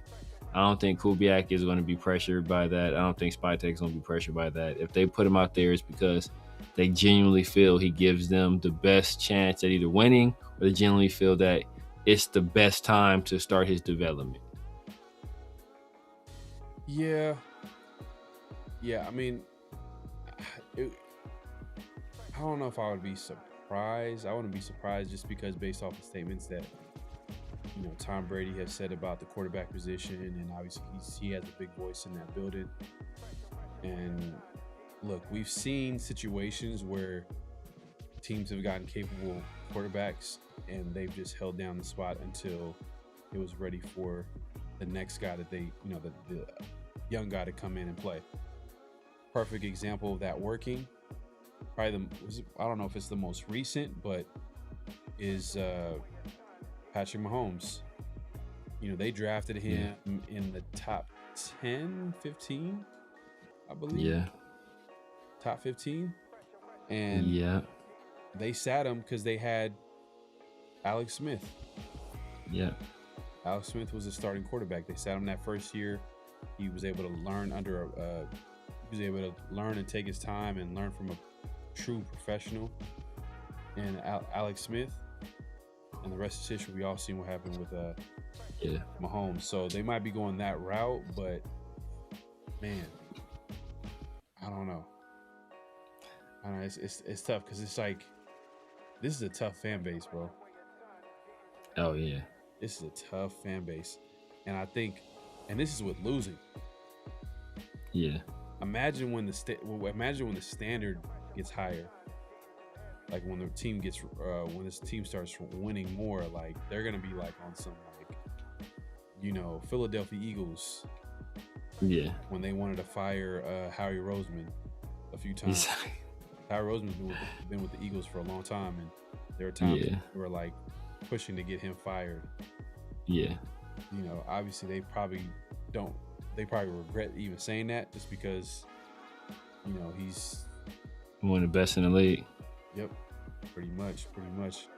But yeah, man, Deep Money, man, with the super chat, man. I appreciate the support, man. I gotta salute you real quick.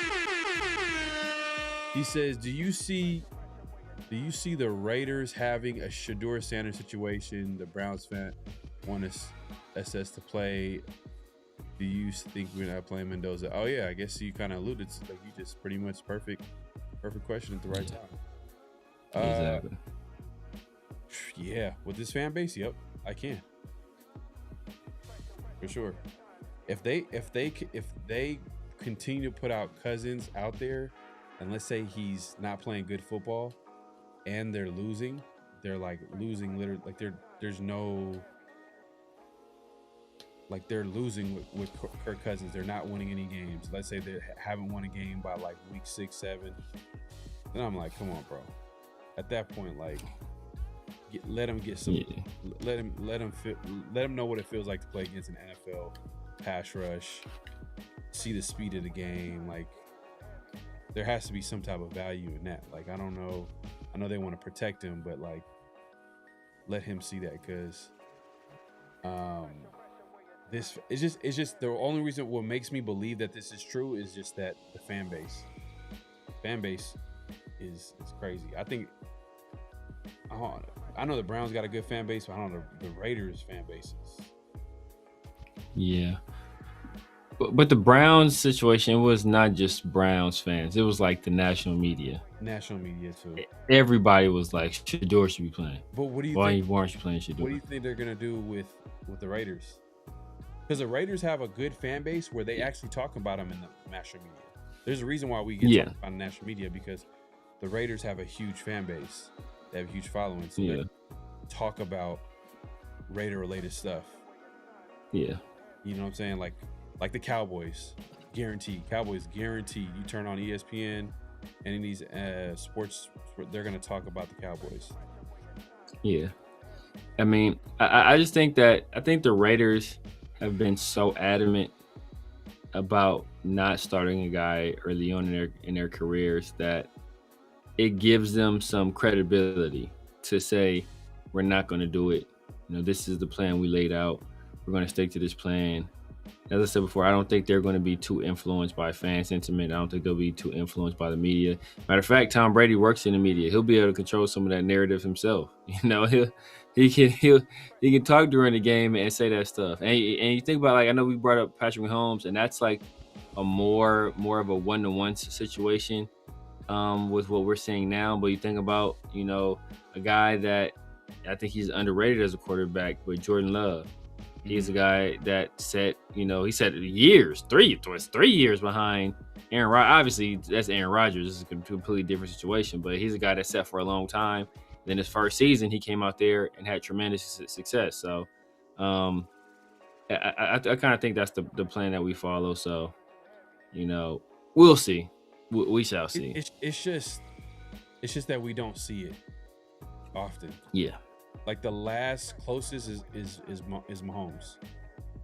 Yeah. That was like, man, that might be over 10 years ago or 10 years ago. Yeah.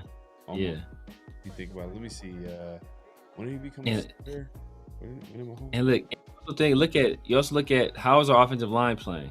How are the wide receivers playing? I don't think the Raiders want to put Mendoza into a situation where he essentially can't be successful, or it's extremely difficult for him to have success, where it's like a whole bunch of dysfunction around him, because then you're setting him up for failure. Yeah. Yeah, no, facts. Facts. No, I see what you're saying. There's a certain level you got to protect the quarterback, and that's the whole point. Like they don't want to throw him to the wolves and like you get traumatized, and then he's now skittish in the pocket. He's skittish every time. I get it, but I mean, Derek Carr was cool. Like they played him. Was he? I mean, I look. That's a whole different conversation. I'm in the Derek Carr was solid. Overall, he was solid. He was a solid QB. He was second round pick though.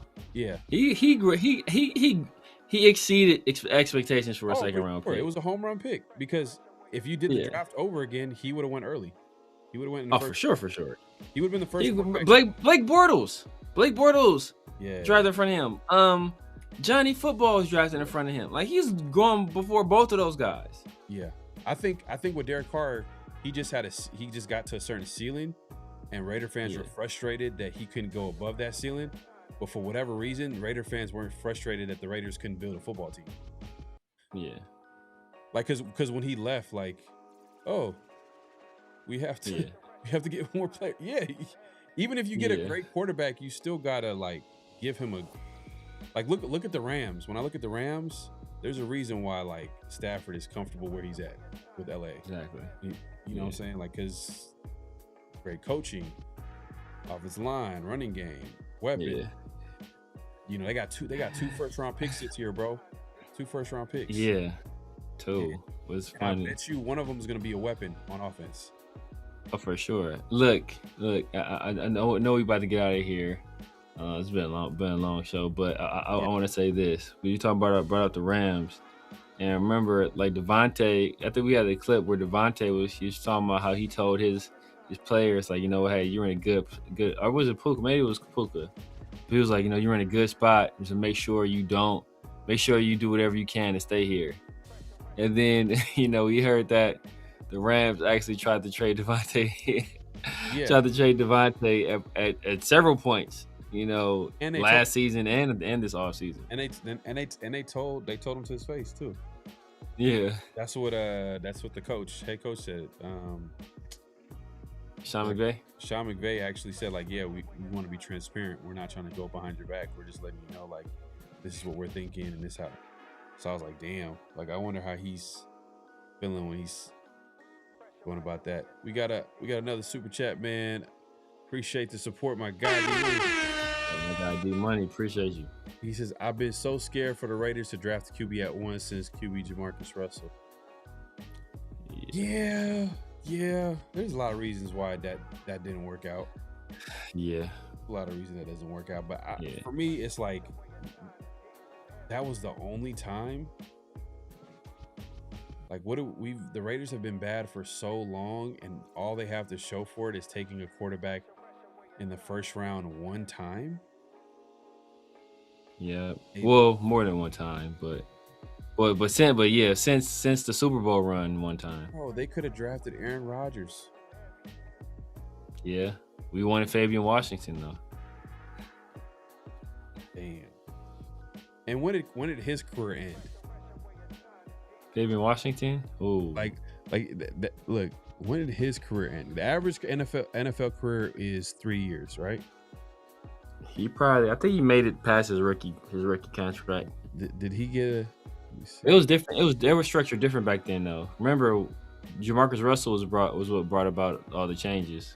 Oh, you talking about like the where there was the rookie pay scale?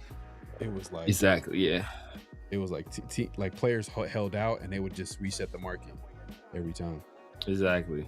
But last year, remember the second round held out too. Remember that? Yeah, they held up for guaranteed money. Yeah, guaranteed money. Okay, hey, he had 1, 2, 6 years. So yeah, right past his rookie, right past a year more than what his option would have been if he got drafted nowadays. And Aaron Rodgers is still playing. Guess we went after the Raiders. The Ravens. Yeah. Bum. Hey, man, we appreciate everybody coming through. Make sure to clock in at this point. Clock out. Hit that like button. Hit that subscribe. Hit that notification bell. Man, great show. Great conversation. We'll be back here later this week. on Around the Shield. We're gonna get a lot of we had a little bit of a draft talk, talking about some of the guys that we like. Hopefully we'll be able to, you know what, let's do, you trying to do 7-round mock draft? Might as well.